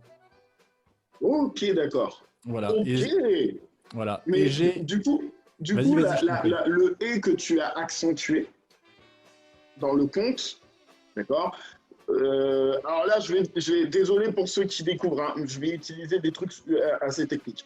Le et que tu comptes, il est binaire ou c'est un et ternaire, c'est-à-dire qu'il pourrait être légèrement décalé. Ah non, c'est un éternaire. Tu comptes toujours ton 1, 2, 3, 1, 2, 3. C'est juste que tu rajoutes des accents en contretemps. Voilà. Mais tu restes sur quelque chose de ternaire. Ah ouais, donc tu as utilisé un terme de danse, d'accord, ok. Non, parce que Bien pour le sûr. coup, Bah, désolé, je ouais, suis danseur. alors Hein, mélangeons-nous. C'est ça. Non, mais c'est dans le sens où ternaire pour un musicien, ternaire pour un danseur, c'est pas forcément la même chose. Le trois temps et le ternaire pour des icônes sont des choses différentes. C'est différent. Là, je te parle vraiment d'un point de vue de danseur parce que vraiment, c'est ce C'est qui ça. m'intéresse. Donc, tu es sur du trois temps, Ouais. c'est ça. Mais tu continues de compter et 1 et 2 et 3 et 1 et 2 Bien et sûr, c'est ce 3 que et je il y fais. en a un que tu accentues. Ouais, Ok, tout à fait. d'accord. Il y a Ouais, le mes premier, amis qui sont. et 1 qui est un temps. Tu vois, le et avant le 1, c'est quelque chose qui va en bas et le 1 est un temps en l'air. Le Ok. 2, on redescend et le et 3. Tu vois, tu as un et 3 à ce Oh. moment-là, tu vois. Et ça, par exemple, voilà, c'est pour la mazurka, qui est équivalent sur le mazour, d'accord, sauf que le mazour, c'est un peu plus lent. Enfin, les mazurkas, c'est un peu plus D'accord. rapide. La polonaise, par exemple, pour revenir sur ce sujet-là, la polonaise, beaucoup en France, on fait et 1, 2, 3, et 1, 2, 3. Sauf que pas du tout. Une polonaise dansée par un polonais, et il la danse comme ça en Pologne, et ça, tu as des vidéos à foison sur Internet. Donc, aux profs de danse qui font danser la polonaise tant en bas, je suis désolé, mais je suis polonais, non. Une polonaise, ça se danse avec un accent tant en l'air. D'accord. C'est et 1, 2, 3 et 4, 5, 6, c'est 1, 2, 3 et 4, 5, 6 avec le 1 et le 4 tant en l'air. C'est une danse d'apparat, c'est une danse militaire, d'accord. C'est une danse de cour, au Grand Empire. Donc ça n'a rien de tape dans le sol. Tape dans le sol, c'est folklorique, c'est le peuple, d'accord. D'accord. Voilà, c'est aussi simple que Ok. ça. Voilà. Donc, il y a un vrai changement en fait, pour ces cultures. Je ne veux pas mélanger avec d'autres cultures pour ne pas dire de bêtises. Il y a un vrai changement dans la façon de compter quand tu es danseur et la façon de compter quand tu es musicien. Mais bien sûr, tu ne Et peux pas raisonner de la même manière parce que le musicien va suivre son rythme du chef d'orchestre et c'est logique. Il va suivre sa partition en entier en suivant ses temps, ses mesures, comme tu le disais. Mais nous, on ne va pas compter chaque note à chaque fois. Nous, on va compter des ensembles de mesures. On va compter même des fois des phrasés complets. Voilà, en tant que danseur, voilà, on va se laisser porter par la musique. Et il y a même des danseurs. Alors là, on est dans un autre truc, mais c'est vraiment une petite parenthèse. Quand tu connais ta musique par cœur, tu vas te laisser emporter par l'émotion, et quand tu as une belle voix, tu vas te suivre la voix, tu vas même mettre tes mouvements sur la voix. Donc on peut pas se dire, tiens, on compte comme un musicien, parce que c'est pas le cas. Parce que c'est pas le cas. Si on compte en 8 alors que mes partitions déjà sont écrites en 4, bah déjà de base, voilà, il y a quand même une réflexion de base. quand même qui est bizarre. Et je connais aucun danseur qui font 1, 2, 3, 4, 1, 2, 3, 4. Par contre, tous les danseurs font 1, 2, 3, 4, 5, 6, 7, 8, 1, 2, 3, 4, 5, 6, 7, 8. Donc voilà. Et pour l'exemple de la polonaise, de la mazurka, bon, j'ai donné l'exemple de la xardas, mais je ne vais pas développer, d'ailleurs, ça ne se dit pas xardas, mais xardas. Voilà, au passage. Même si ça s'écrit CZ, mais ça se prononce CH. Xardas. D'accord. Voilà, culture G, bonjour. Mais oui, je prends. Voilà, et voilà, il y a toutes les danses comme ça, et notamment, c'est une grosse erreur dans un des plus grands ballets classiques, et ça, tu pourras peut-être en parler avec ta prochaine intervenante, dans le ballet Coppelia, où justement, on a une polonaise dedans, on a un pas de polonaise, on a un pas de xardas dedans, et c'est très compliqué parce que faire danser des danseurs classiques sur un pas de danse de caractère folklorique, d'où l'importance d'avoir eu cette formation derrière, parce que voilà, c'est important. Voilà. Et je rebondis sur ça, ce domaine est tellement vaste que... Notez-moi tout ça, s'il vous plaît. D'accord. Et je vais me permettre, si tu viens de partager mon écran. Allez, tu me dis dès que tu y es. Notez-moi tout ça, s'il vous plaît. Et si vous avez des questions supplémentaires, si jamais ça vous vient, mettez-les, voilà. Notez-les. En tout cas, là, il y a de l'apprentissage. Je vais vous montrer. Je vais juste aller voir si ça marche. Oui, ça marche bien. Hop là. Je vais juste aller vous montrer. Hop, hop, hop, hop. Alors, bougez pas. 2 secondes. Toc. Alors, toc. Voilà. Et je vais aller vous montrer. Donc, là, vous voyez mon écran normalement. Je crois qu'il est tout noir. Oui. Voilà. Et là, je vais vous montrer donc de l'ensemble de Mazowsze, qui est l'ensemble national de Pologne. Et je vais vous montrer un mazour, voilà, qui est une danse d'apparat, d'accord, une danse militaire, et ça va se voir très, très vite dans les costumes. Ce ballet national est un ballet folklorique, d'accord. Donc c'est important de savoir ça. Je vous mets, regardez bien, c'est un mazour. Vous allez voir, regardez bien les pas, comment c'est sautillé, et surtout, regardez comment est-ce qu'ils sont habillés. C'est important.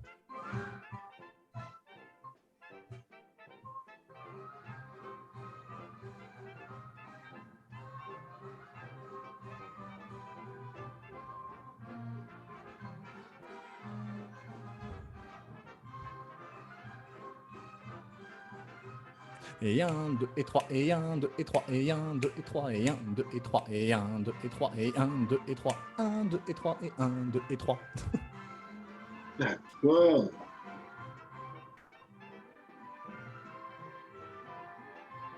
Voilà.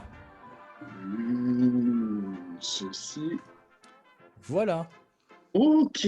Donc, alors, ça, c'est ce qui a, une fois pris par le peuple, a donné la mazurka. Exactement. Et ça, on est sur un mazour. Donc, c'est la danse. C'est ce qui a été pris. Voilà, ça, c'est l'origine de la mazurka, ça. Ok. Mes amis des Caraïbes, on a une danse chez nous qu'on appelle la mazurka. Ça vient de là. Ça vient de là. Voilà l'origine. Hein. Voilà. Je vous fais une petite avance sur des vidéos que je ferai plus tard sur l'histoire des musiques et danses des Caraïbes. On a au Havre, en France, on a eu une forte immigration, alors, je ne sais pas si on peut dire immigration à l'époque, on a eu une forte population polonaise qui était là, qui a travaillé dans les ports en France beaucoup, quand l'esclavage a été aboli, etc. Beaucoup ont voyagé vers les Antilles, d'accord, des allers-retours. Je suis un descendant en partie de ces marins. Et la mazurka, qui a influencé pas mal de danses qui étaient en France, d'accord. Ça peut danser dans certains bals, d'accord. Les bals, ça a été les danses à la mode pendant une période aux Antilles. Et lorsque nous avons joué, nous, les Afro-Antillais, dans ces bals, nous nous sommes imprégnés de ces musiques, donc la mazurka. Et cette mazurka, nous l'avons antillanisée grâce à des danses qu'on appelle le grand belay, le pélia, etc. On a rajouté notre clave, hein, et on a créé la mazurka créole. C'est de là que ça vient. Donc, et tu vois, je réponds... tu vois, tu voulais me poser une question, je le sais, parce qu'on en a parlé bien sûr tous les deux. Tu voulais me poser la question sur, historiquement, ces danses sont-elles des points communs? Et bien là, tu vois, c'est un bon pont pour dire que ouais, ces danses ont vraiment un point commun. Donc c'est lié essentiellement, et tu as parfaitement raison, aux migrations et au mélange des peuples. Donc voilà, il faut savoir que fin 19e, il y a eu une énorme migration des Tziganes. Et les Tziganes, c'est simple, on va la faire simple, c'est un style à part, la danse tzigane, dans les danses de caractère. Mais là aussi, dans ces danses tziganes, il y a des sous-catégories. Et tu as du tzigane roumain, du tzigane russe, du tzigane moldave, du tzigane ukrainien, du tzigane. Enfin, de toutes les régions, tu as du tzigane différent.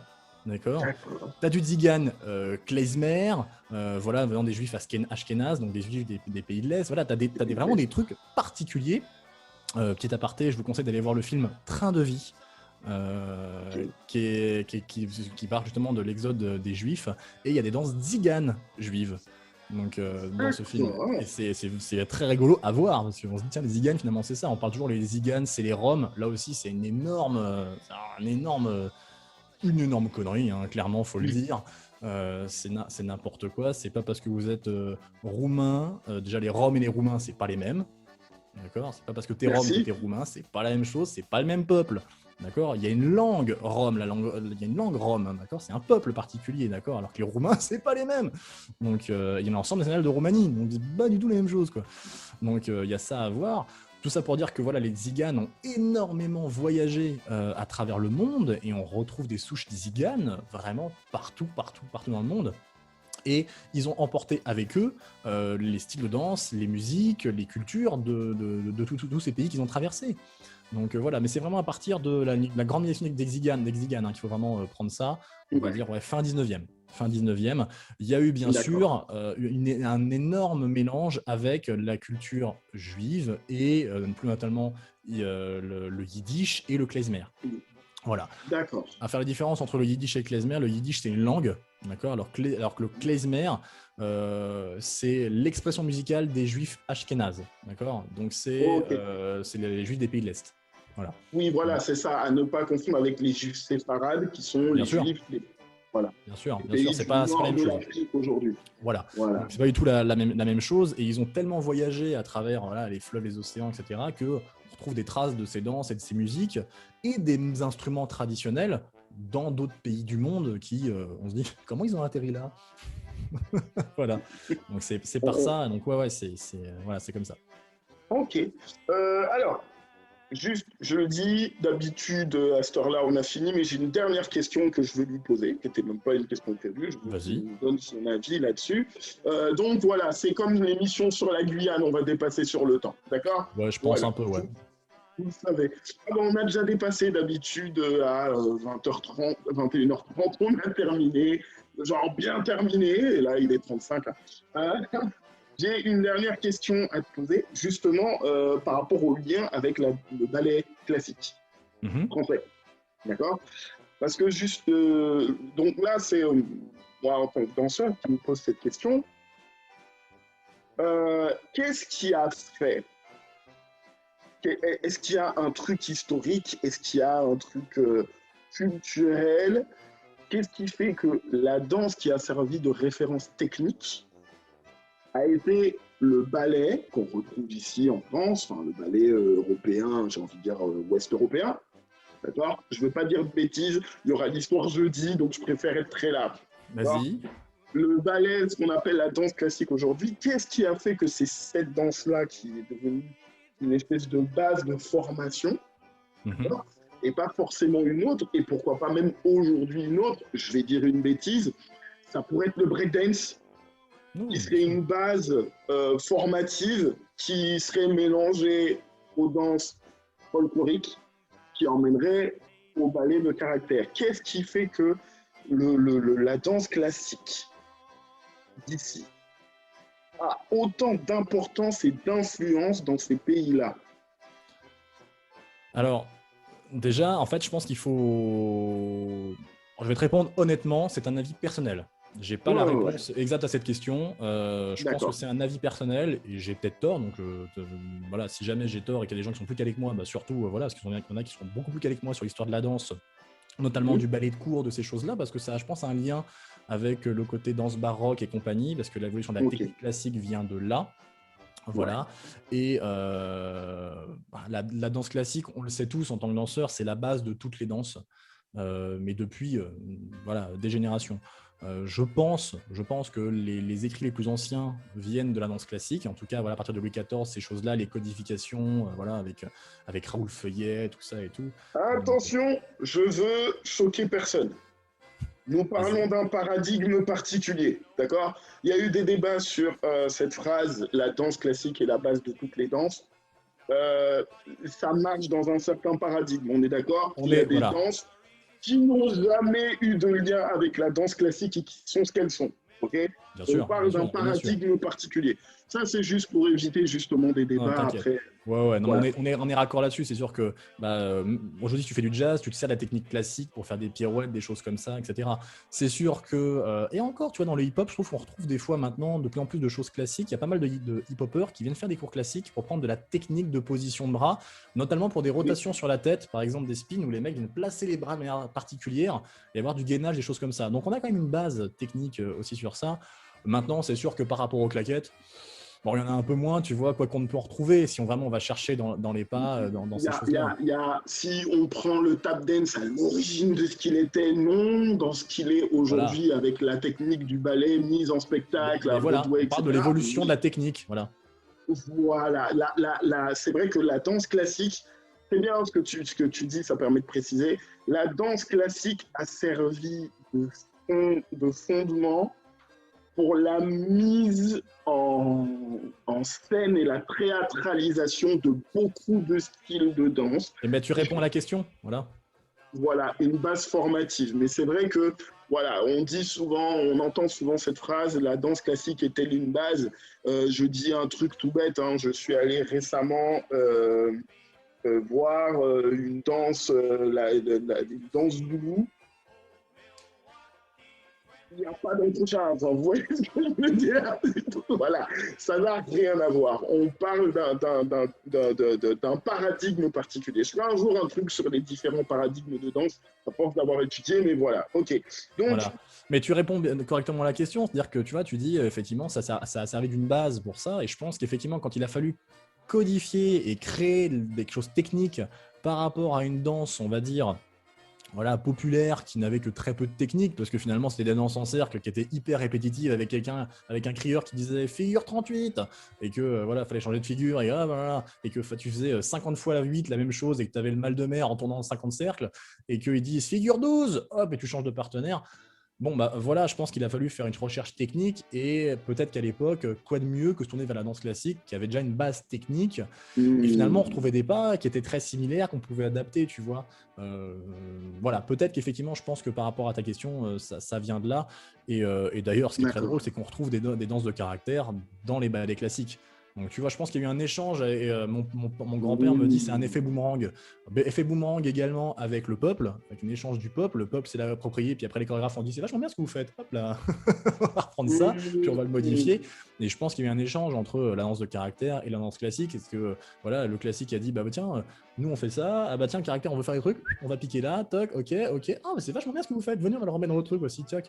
Et tu vois, je pense que c'est comme ça qu'il y a un échange, et c'est là où aujourd'hui, je reviens, désolé sur le sujet, mais je trouve ça triste qu'en France, il n'y ait pas un ensemble national folklorique français, parce que voilà, il y aurait un échange, une avancée de la technique, des échanges, ce qui s'est passé avec le hip-hop et le break, hein, dire que les gens ont chopé ça dans la rue, dire ouais c'est vachement fait, on commence à le faire, et puis finalement ça a avancé la technique, des gymnastes se sont mis à faire ça, puis ça a donné des mouvements de dingue, voilà, donc voilà, je pense qu'effectivement, à un moment donné, il faut toujours prendre une base sur quelque chose, mais de dire que j'ai une réponse à cette question, bah j'en ai pas, voilà. Non, mais ton avis il est intéressant là-dessus, et puis tu as emmené sur une phrase qui, pour moi, c'est important d'avoir l'avis de différentes personnes là-dessus. Je ne suis pas sûr que j'aurai un avis fixe sur danse classique égale base, dans le sens où, et je le dis à tout le monde publiquement, hein, idéologiquement parlant, ça plaît à certains, ça fait mal à d'autres. Cette phrase, On peut pas d'accord? plaire à tout le monde de toute façon, hein, ça c'est C'est sûr. ça. Historiquement parlant, c'est vrai et faux. D'accord? Il y a eu des danses bien avant la danse classique qui n'ont pas eu Bien besoin sûr, d'elle pour exister. mais bien sûr. Voilà. Voilà. Il y a des danses encore aujourd'hui qui n'étant pas scéniques, qui n'ont pas de traces de la danse classique. Hein. Il y a une émission sur le compas à Haïti. Ils n'ont pas fait de danse classique pour faire le compas. Mais tu vois, je pense Maintenant, c'est important de noter, tu vois, qu'il y a une différence entre les danses savantes, on va dire ça comme ça, tu vois, il y en a beaucoup qui vont appeler ça, dire les danses savantes, voilà, où il y avait de la technique particulière à apprendre, etc. et tout, plutôt que de dire juste j'apprends des pas et je les recolle. Voilà, il y avait une technique oui, particulière, donc voilà. Or, la danse de caractère, je dirais pas dire que c'est une danse savante, mais quand même, on va se servir de la danse classique, donc forcément, voilà. Mais on retrouve dans la danse de caractère, c'est très drôle parce qu'on retrouve plein de styles différents et plein d'origines différentes. Comme son nom l'indique, il y a tellement de pays, tellement de choses. Moi, ce que j'ai envie de faire, c'est de vous montrer 2-3 extraits vidéo pour vous montrer la diversité de ce qu'il y a. Parce que c'est vraiment énorme tout ce qu'il y a dans ces capacités-là. Alors, si tu le veux bien, je vais repartager mon écran. vas-y, Voilà. vas-y, vas-y. J'ai toujours Et mis. je rappelle, hein, on a dépassé dans le timing, on l'a tué, Ouais, d'accord? désolé, mais regardez ces vidéos, ça va vous plaire. Regardez, c'est Voilà. chouette. Alors, toc, toc. Attends, je vais faire un truc tout bête. Toc, toc, ça je le ferme. Hop, voilà. C'était mes notes. C'est Voilà. préparé, hein. C'est carré, c'est professionnel ici. Voilà. Hein. Alors, vous entendez mon micro toujours quand il Oui, branche le on truc? t'entend. Ok. Alors, là, on est donc chez Igor Moïseyev, ce ballet qui s'appelle Mhm. L'été. Alors, je vais avancer un petit peu. Voilà, c'est pour vous montrer. Là, on est vraiment dans le purisme de la danse russe, voilà, du standard. Donc, ah, ça va bien marcher. Ça fonctionne. Et on peut bien sûr voir dans les pas qu'on est en dehors et qu'on a des frappes au niveau des pieds. Voilà. Là, on est Mhm. vraiment dans le traditionnel. Hein. Cette danse s'appelle l'été, hein, je le répète. Et voilà, on a vraiment le stéréotype de la danse russe, voilà, ou du moins l'exemple parfait de la danse russe. Et je vais aller un peu plus loin, toc, toc, toc, si mon ordi veut bien avancer, pour vous montrer le travail chorégraphique, si j'y arrive un jour. Hop, hop, hop, hop, hop. Regardez bien. Si mon ordi veut bien se réveiller. Oh, des Plissiatki. Mhm. Et on parlait d'ouverture de cercle. Et cette formation que vous allez voir est on va dire, pour moi, l'exemple parfait d'ouverture de Mhm. cercle. Vous allez voir. Je vais laisser cet exemple et je me tais pour vous laisser admirer.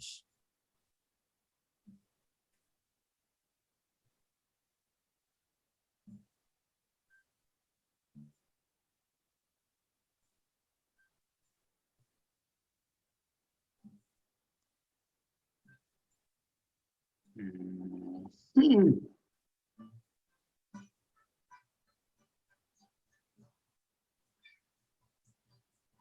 Ok. Tourner vers Ouverture de l'extérieur. cercle. Oh, oh, oh. Voilà. Et on a cette notion différente de chorégraphie. Et là, on n'est plus sur un truc du peuple. Oui. Voilà. Je vous laisserai aller voir ça sur YouTube. On est sur Moïseyev. Vous trouvez ça sur YouTube. Je Alors, bascule. juste parce que tu dis, il faut trouver ça sur YouTube. Exactement. Ça se trouve sur Donne YouTube. un La nom prod, j'y complet suis. parce que vu comme c'est écrit, on ne saura pas le réécrire. Donc, si on écrit l'été et Moïseyev, on va tomber dessus. Ouais. D'accord, ok, très Voilà. bien. Voilà, je vous ai pris, je vais trouver une belle vidéo qui était belle. Hein, voilà, j'ai préparé ça comme ça.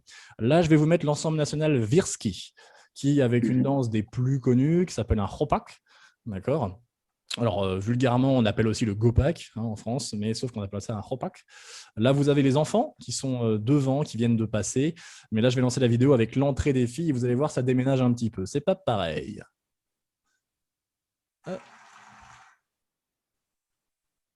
Vous allez voir, ça va déménager là. Mhm. Mhm.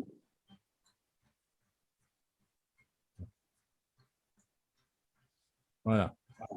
Oh. Alors, je vais avancer un petit peu pour vous montrer un petit peu l'ampleur de la formation avec les garçons que je vais passer l'entrée.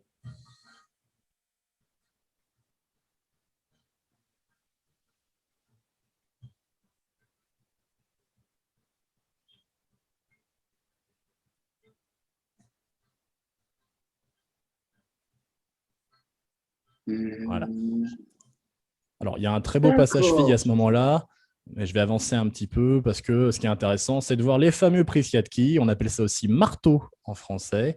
Et vous allez voir que c'est quelque chose quand c'est bien fait.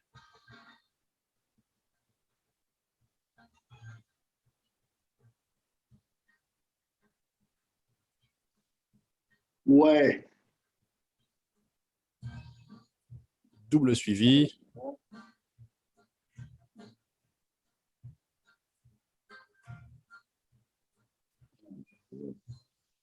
Hop, voilà, je fais l'arrêt sur image ici. Et donc, ça, c'est une vidéo qui date de 2018. Et vous voyez donc ici en bas à gauche Virski et l'écriture Hopak ici, mais vous pouvez l'écrire Hopak et vous trouverez ça sur D'accord. YouTube sans aucun souci. Ok. Hop, j'enchaîne avec la vidéo Virgule suivante. Et là, Opak. on est sur l'ensemble national de Moldavie. C'est l'ensemble JOC. Et vous allez voir, là, ça déménage du pâté, là.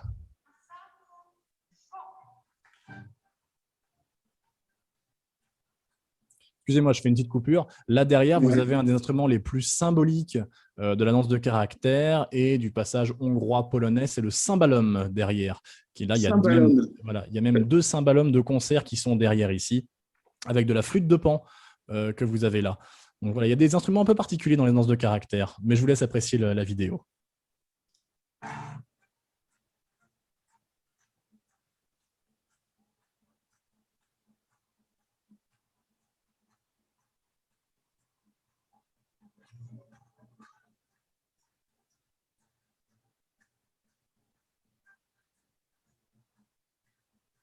Je vais avancer un petit peu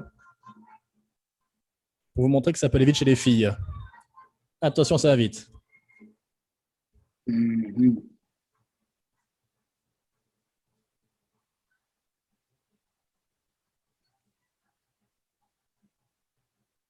Oh là. Le travail scénographique, il est d'un autre monde. Et maintenant, on va enchaîner avec les garçons. Bonne série de frappes.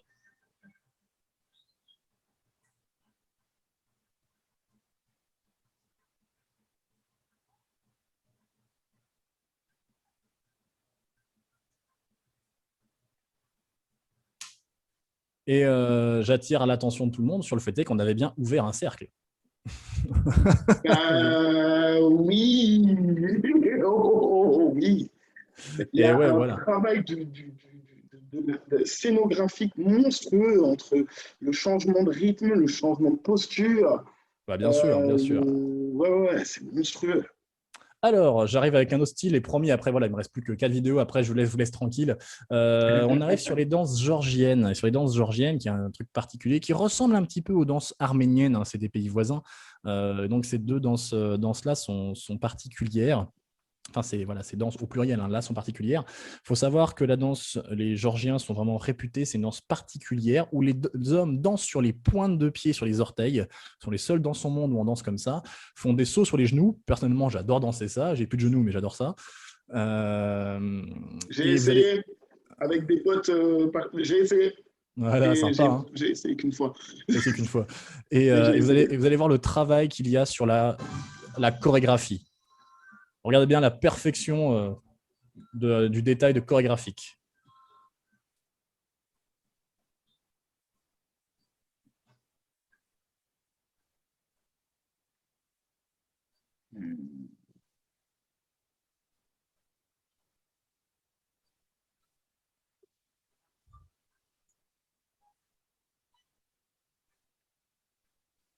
Une ligne, c'est une ligne, quoi.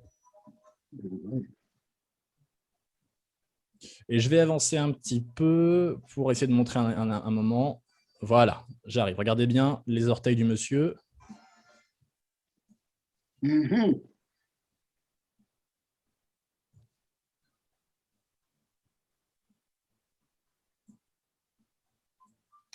Voilà, il danse bien sur ses orteils, hein. Ça pique un peu, mais c'est sympa. Ouais, c'est ça, on est sur le dos de l'orteil, là. On est sur le dos de l'orteil et j'accélère un petit peu parce que sinon on va passer la nuit.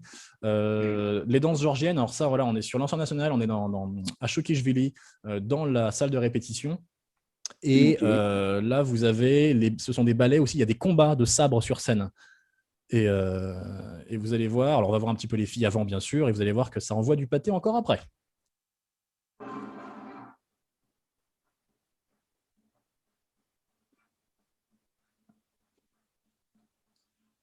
Alors surtout, ne faites pas ça chez vous après, hein. Ça, ce sont des professionnels, et il y a des heures et des heures d'entraînement derrière ça. Ça se fait pas en claquant des doigts, il y a des années de pratique derrière. Il faut savoir qu'ils n'ont pas de protection sur les mains, hein, donc attention, ça fait mal. Et les sabres, certains sont aiguisés. Je vais avancer un petit peu, vous allez voir.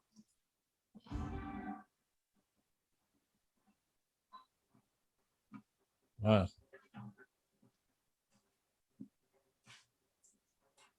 Mhm.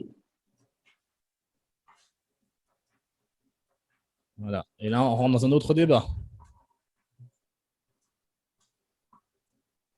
Vous allez voir, ça va gentiment accélérer.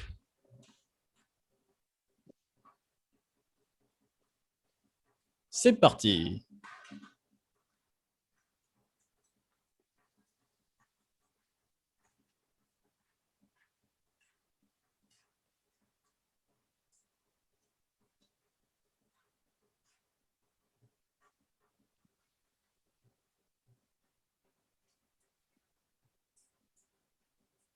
Mhm.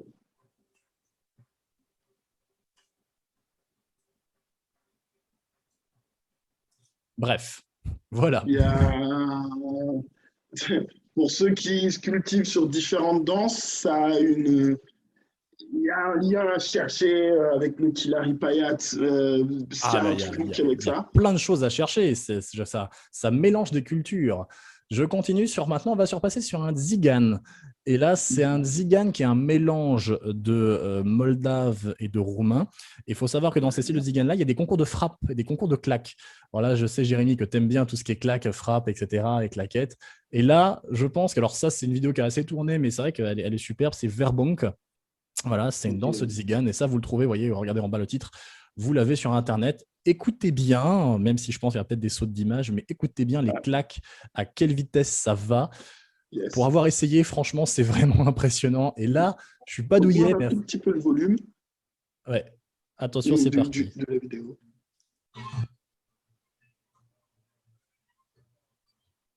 Mets-moi un peu plus de volume de vidéo, s'il te plaît. Excuse-moi, j'ai pas entendu. Non, mets-moi un peu plus de volume de vidéo, s'il te Un peu plaît. plus de volume, je te mets ça. Alors attends, toc, toc, toc. Bah, lui, il est à fond là, donc voilà. Ah.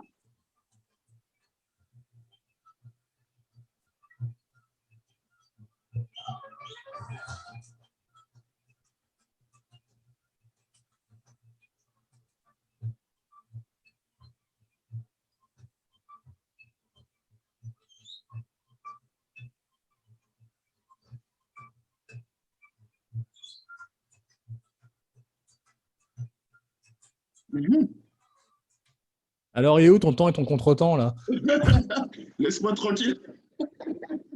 Je me fais le défi. Je vais aller la voir et je vais aller détailler ce truc-là. Ouais, ouais, bah D'accord. franchement, et renvoie-moi la vidéo, ça, je veux le voir.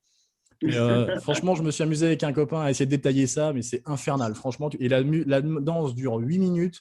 8 minutes de frappe comme ça, franchement, mais chapeau les mecs, hein. Franchement, chapeau. Ouais. Enfin, je vais rester pour montrer que le style Zigan, qui est un style qui est vraiment hyper vaste, on est sur un Zigan là, donc de Bessarabie. Et donc, il y a plein, vous irez voir sur Internet, je ne développerai pas parce que ça va être trop long sinon. Mais voilà, on est dans Tzigane Bessarabi, vous pouvez voir ça ici, la Dance Tzigane Ok. Bessarabine. Et vous allez voir, pour moi le Tzigane tel que moi je le conçois, qui bouge. Parce qu'il y a un Tzigane russe qui est beaucoup plus, on va dire, classifié et plus, on va dire, sobre. Ok. Ça, moi, j'aime. Voilà. Bon, c'est désolé, la vidéo est de mauvaise qualité, mais c'est quand même sympa. On peut aller rechercher après.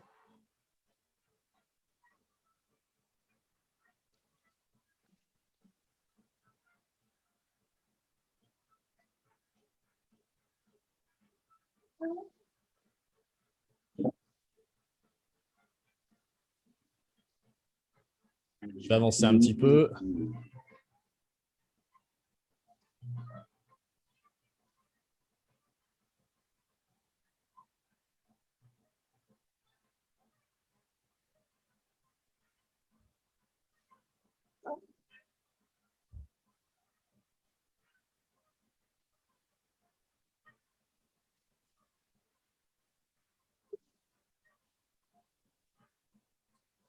Voilà, bon, je vais vous laisser sur ça. Mais Mhm. toc, attends, si je reviens sur mon truc, hop, hop, et voilà. Ok, yes. Alors là, tu as un sacré panel. Et puis, comme tu as dit, il y a tellement de styles de danse qui sont compris là-dedans que Ah, mais pour le tellement. coup, il y aurait pas mal de choses à voir. Alors, Oh, mesdames et messieurs je qui peux pas tout dire. regardez, je sais qu'il est tard, donc ça y est, on arrête l'émission. Merci à tous ceux qui ont suivi ou ceux qui vont suivre ça en rediff. Ceux qui suivront ça sur YouTube, alors bon, vous n'aurez pas cette partie-là, là où je suis en train de parler, mais voilà, ce sera une émission qui sera dans les 1h30, 1h45, je pense, en remise sur YouTube. Ça va être la plus longue après la Guyane. Sur... Alors, il y a le ballet jeudi.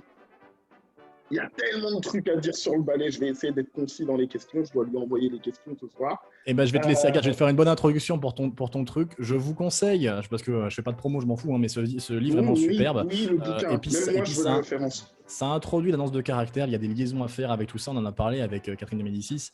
Je vous conseille ce livre. Toc. Voilà, je sais pas si on le voit bien, d'accord. Faites Alors et divers. attendez, attends, bouge pas. Comme c'est en off, je peux le dire. J'ai ma compagne qui est là qui m'a posé la question. Oui, Catherine de Médicis, la première à avoir utilisé le terme danse de caractère. Voilà.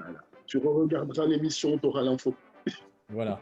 Et je vous conseille voilà, cet ouvrage, Fêtes et divertissement à la cour, qui est vraiment très très bien expliqué. Et bon, alors on ne parle pas de Médicis, on parle un petit peu plus tard, mais en tout cas, tout ce qui se faisait à la cour.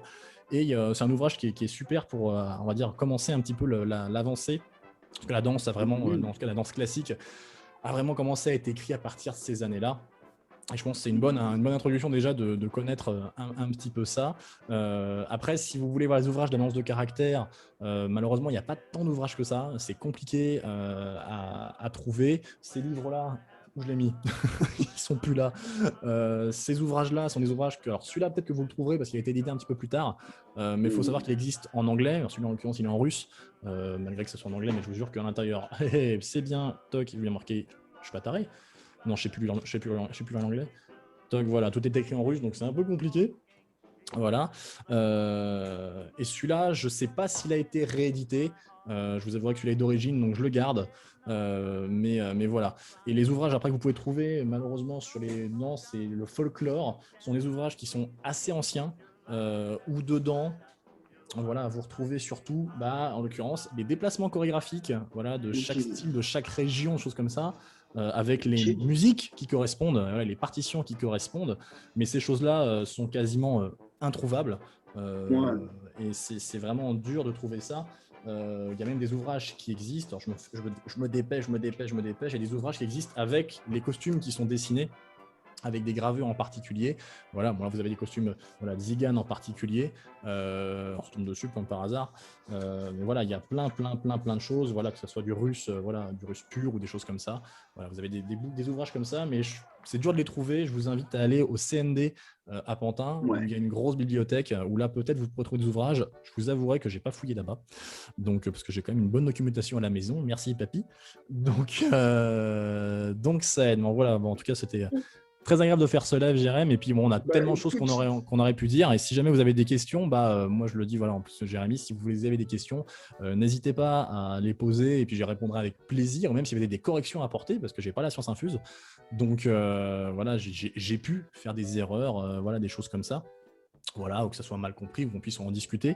Toujours intéressant d'en discuter et d'avancer. Et puis d'ailleurs, je pense que voilà, sur ma chaîne YouTube, Jérém, je ferai une vidéo sur l'annonce de caractère, certainement peut-être yes. plus courte, voilà, mais vraiment avec des trucs précis. Voilà, ça sera beaucoup plus, vraiment sympa. Voilà, je vais faire ça. Et puis, dès que ta chaîne YouTube, je ne sais pas quand est-ce que tu la lances, si tu as lancé, si tu as déjà les émissions, les émissions de fête ou quoi, tu n'hésites pas, hein, tu communiques les infos parce que ça va être du bon. Il a de bonnes informations, il a de bonnes recherches, franchement, des bonnes recherches et des bonnes, comment dire, références vraiment à transmettre Voilà. là-dessus. Donc, Après, voilà, on ne sera pas tous d'accord. Hein. Il y a des profs qui ne sont pas tous d'accord. Et ça, impossible. voilà, en tout cas, Impossible. voilà, moi, pour moi, Come see, my big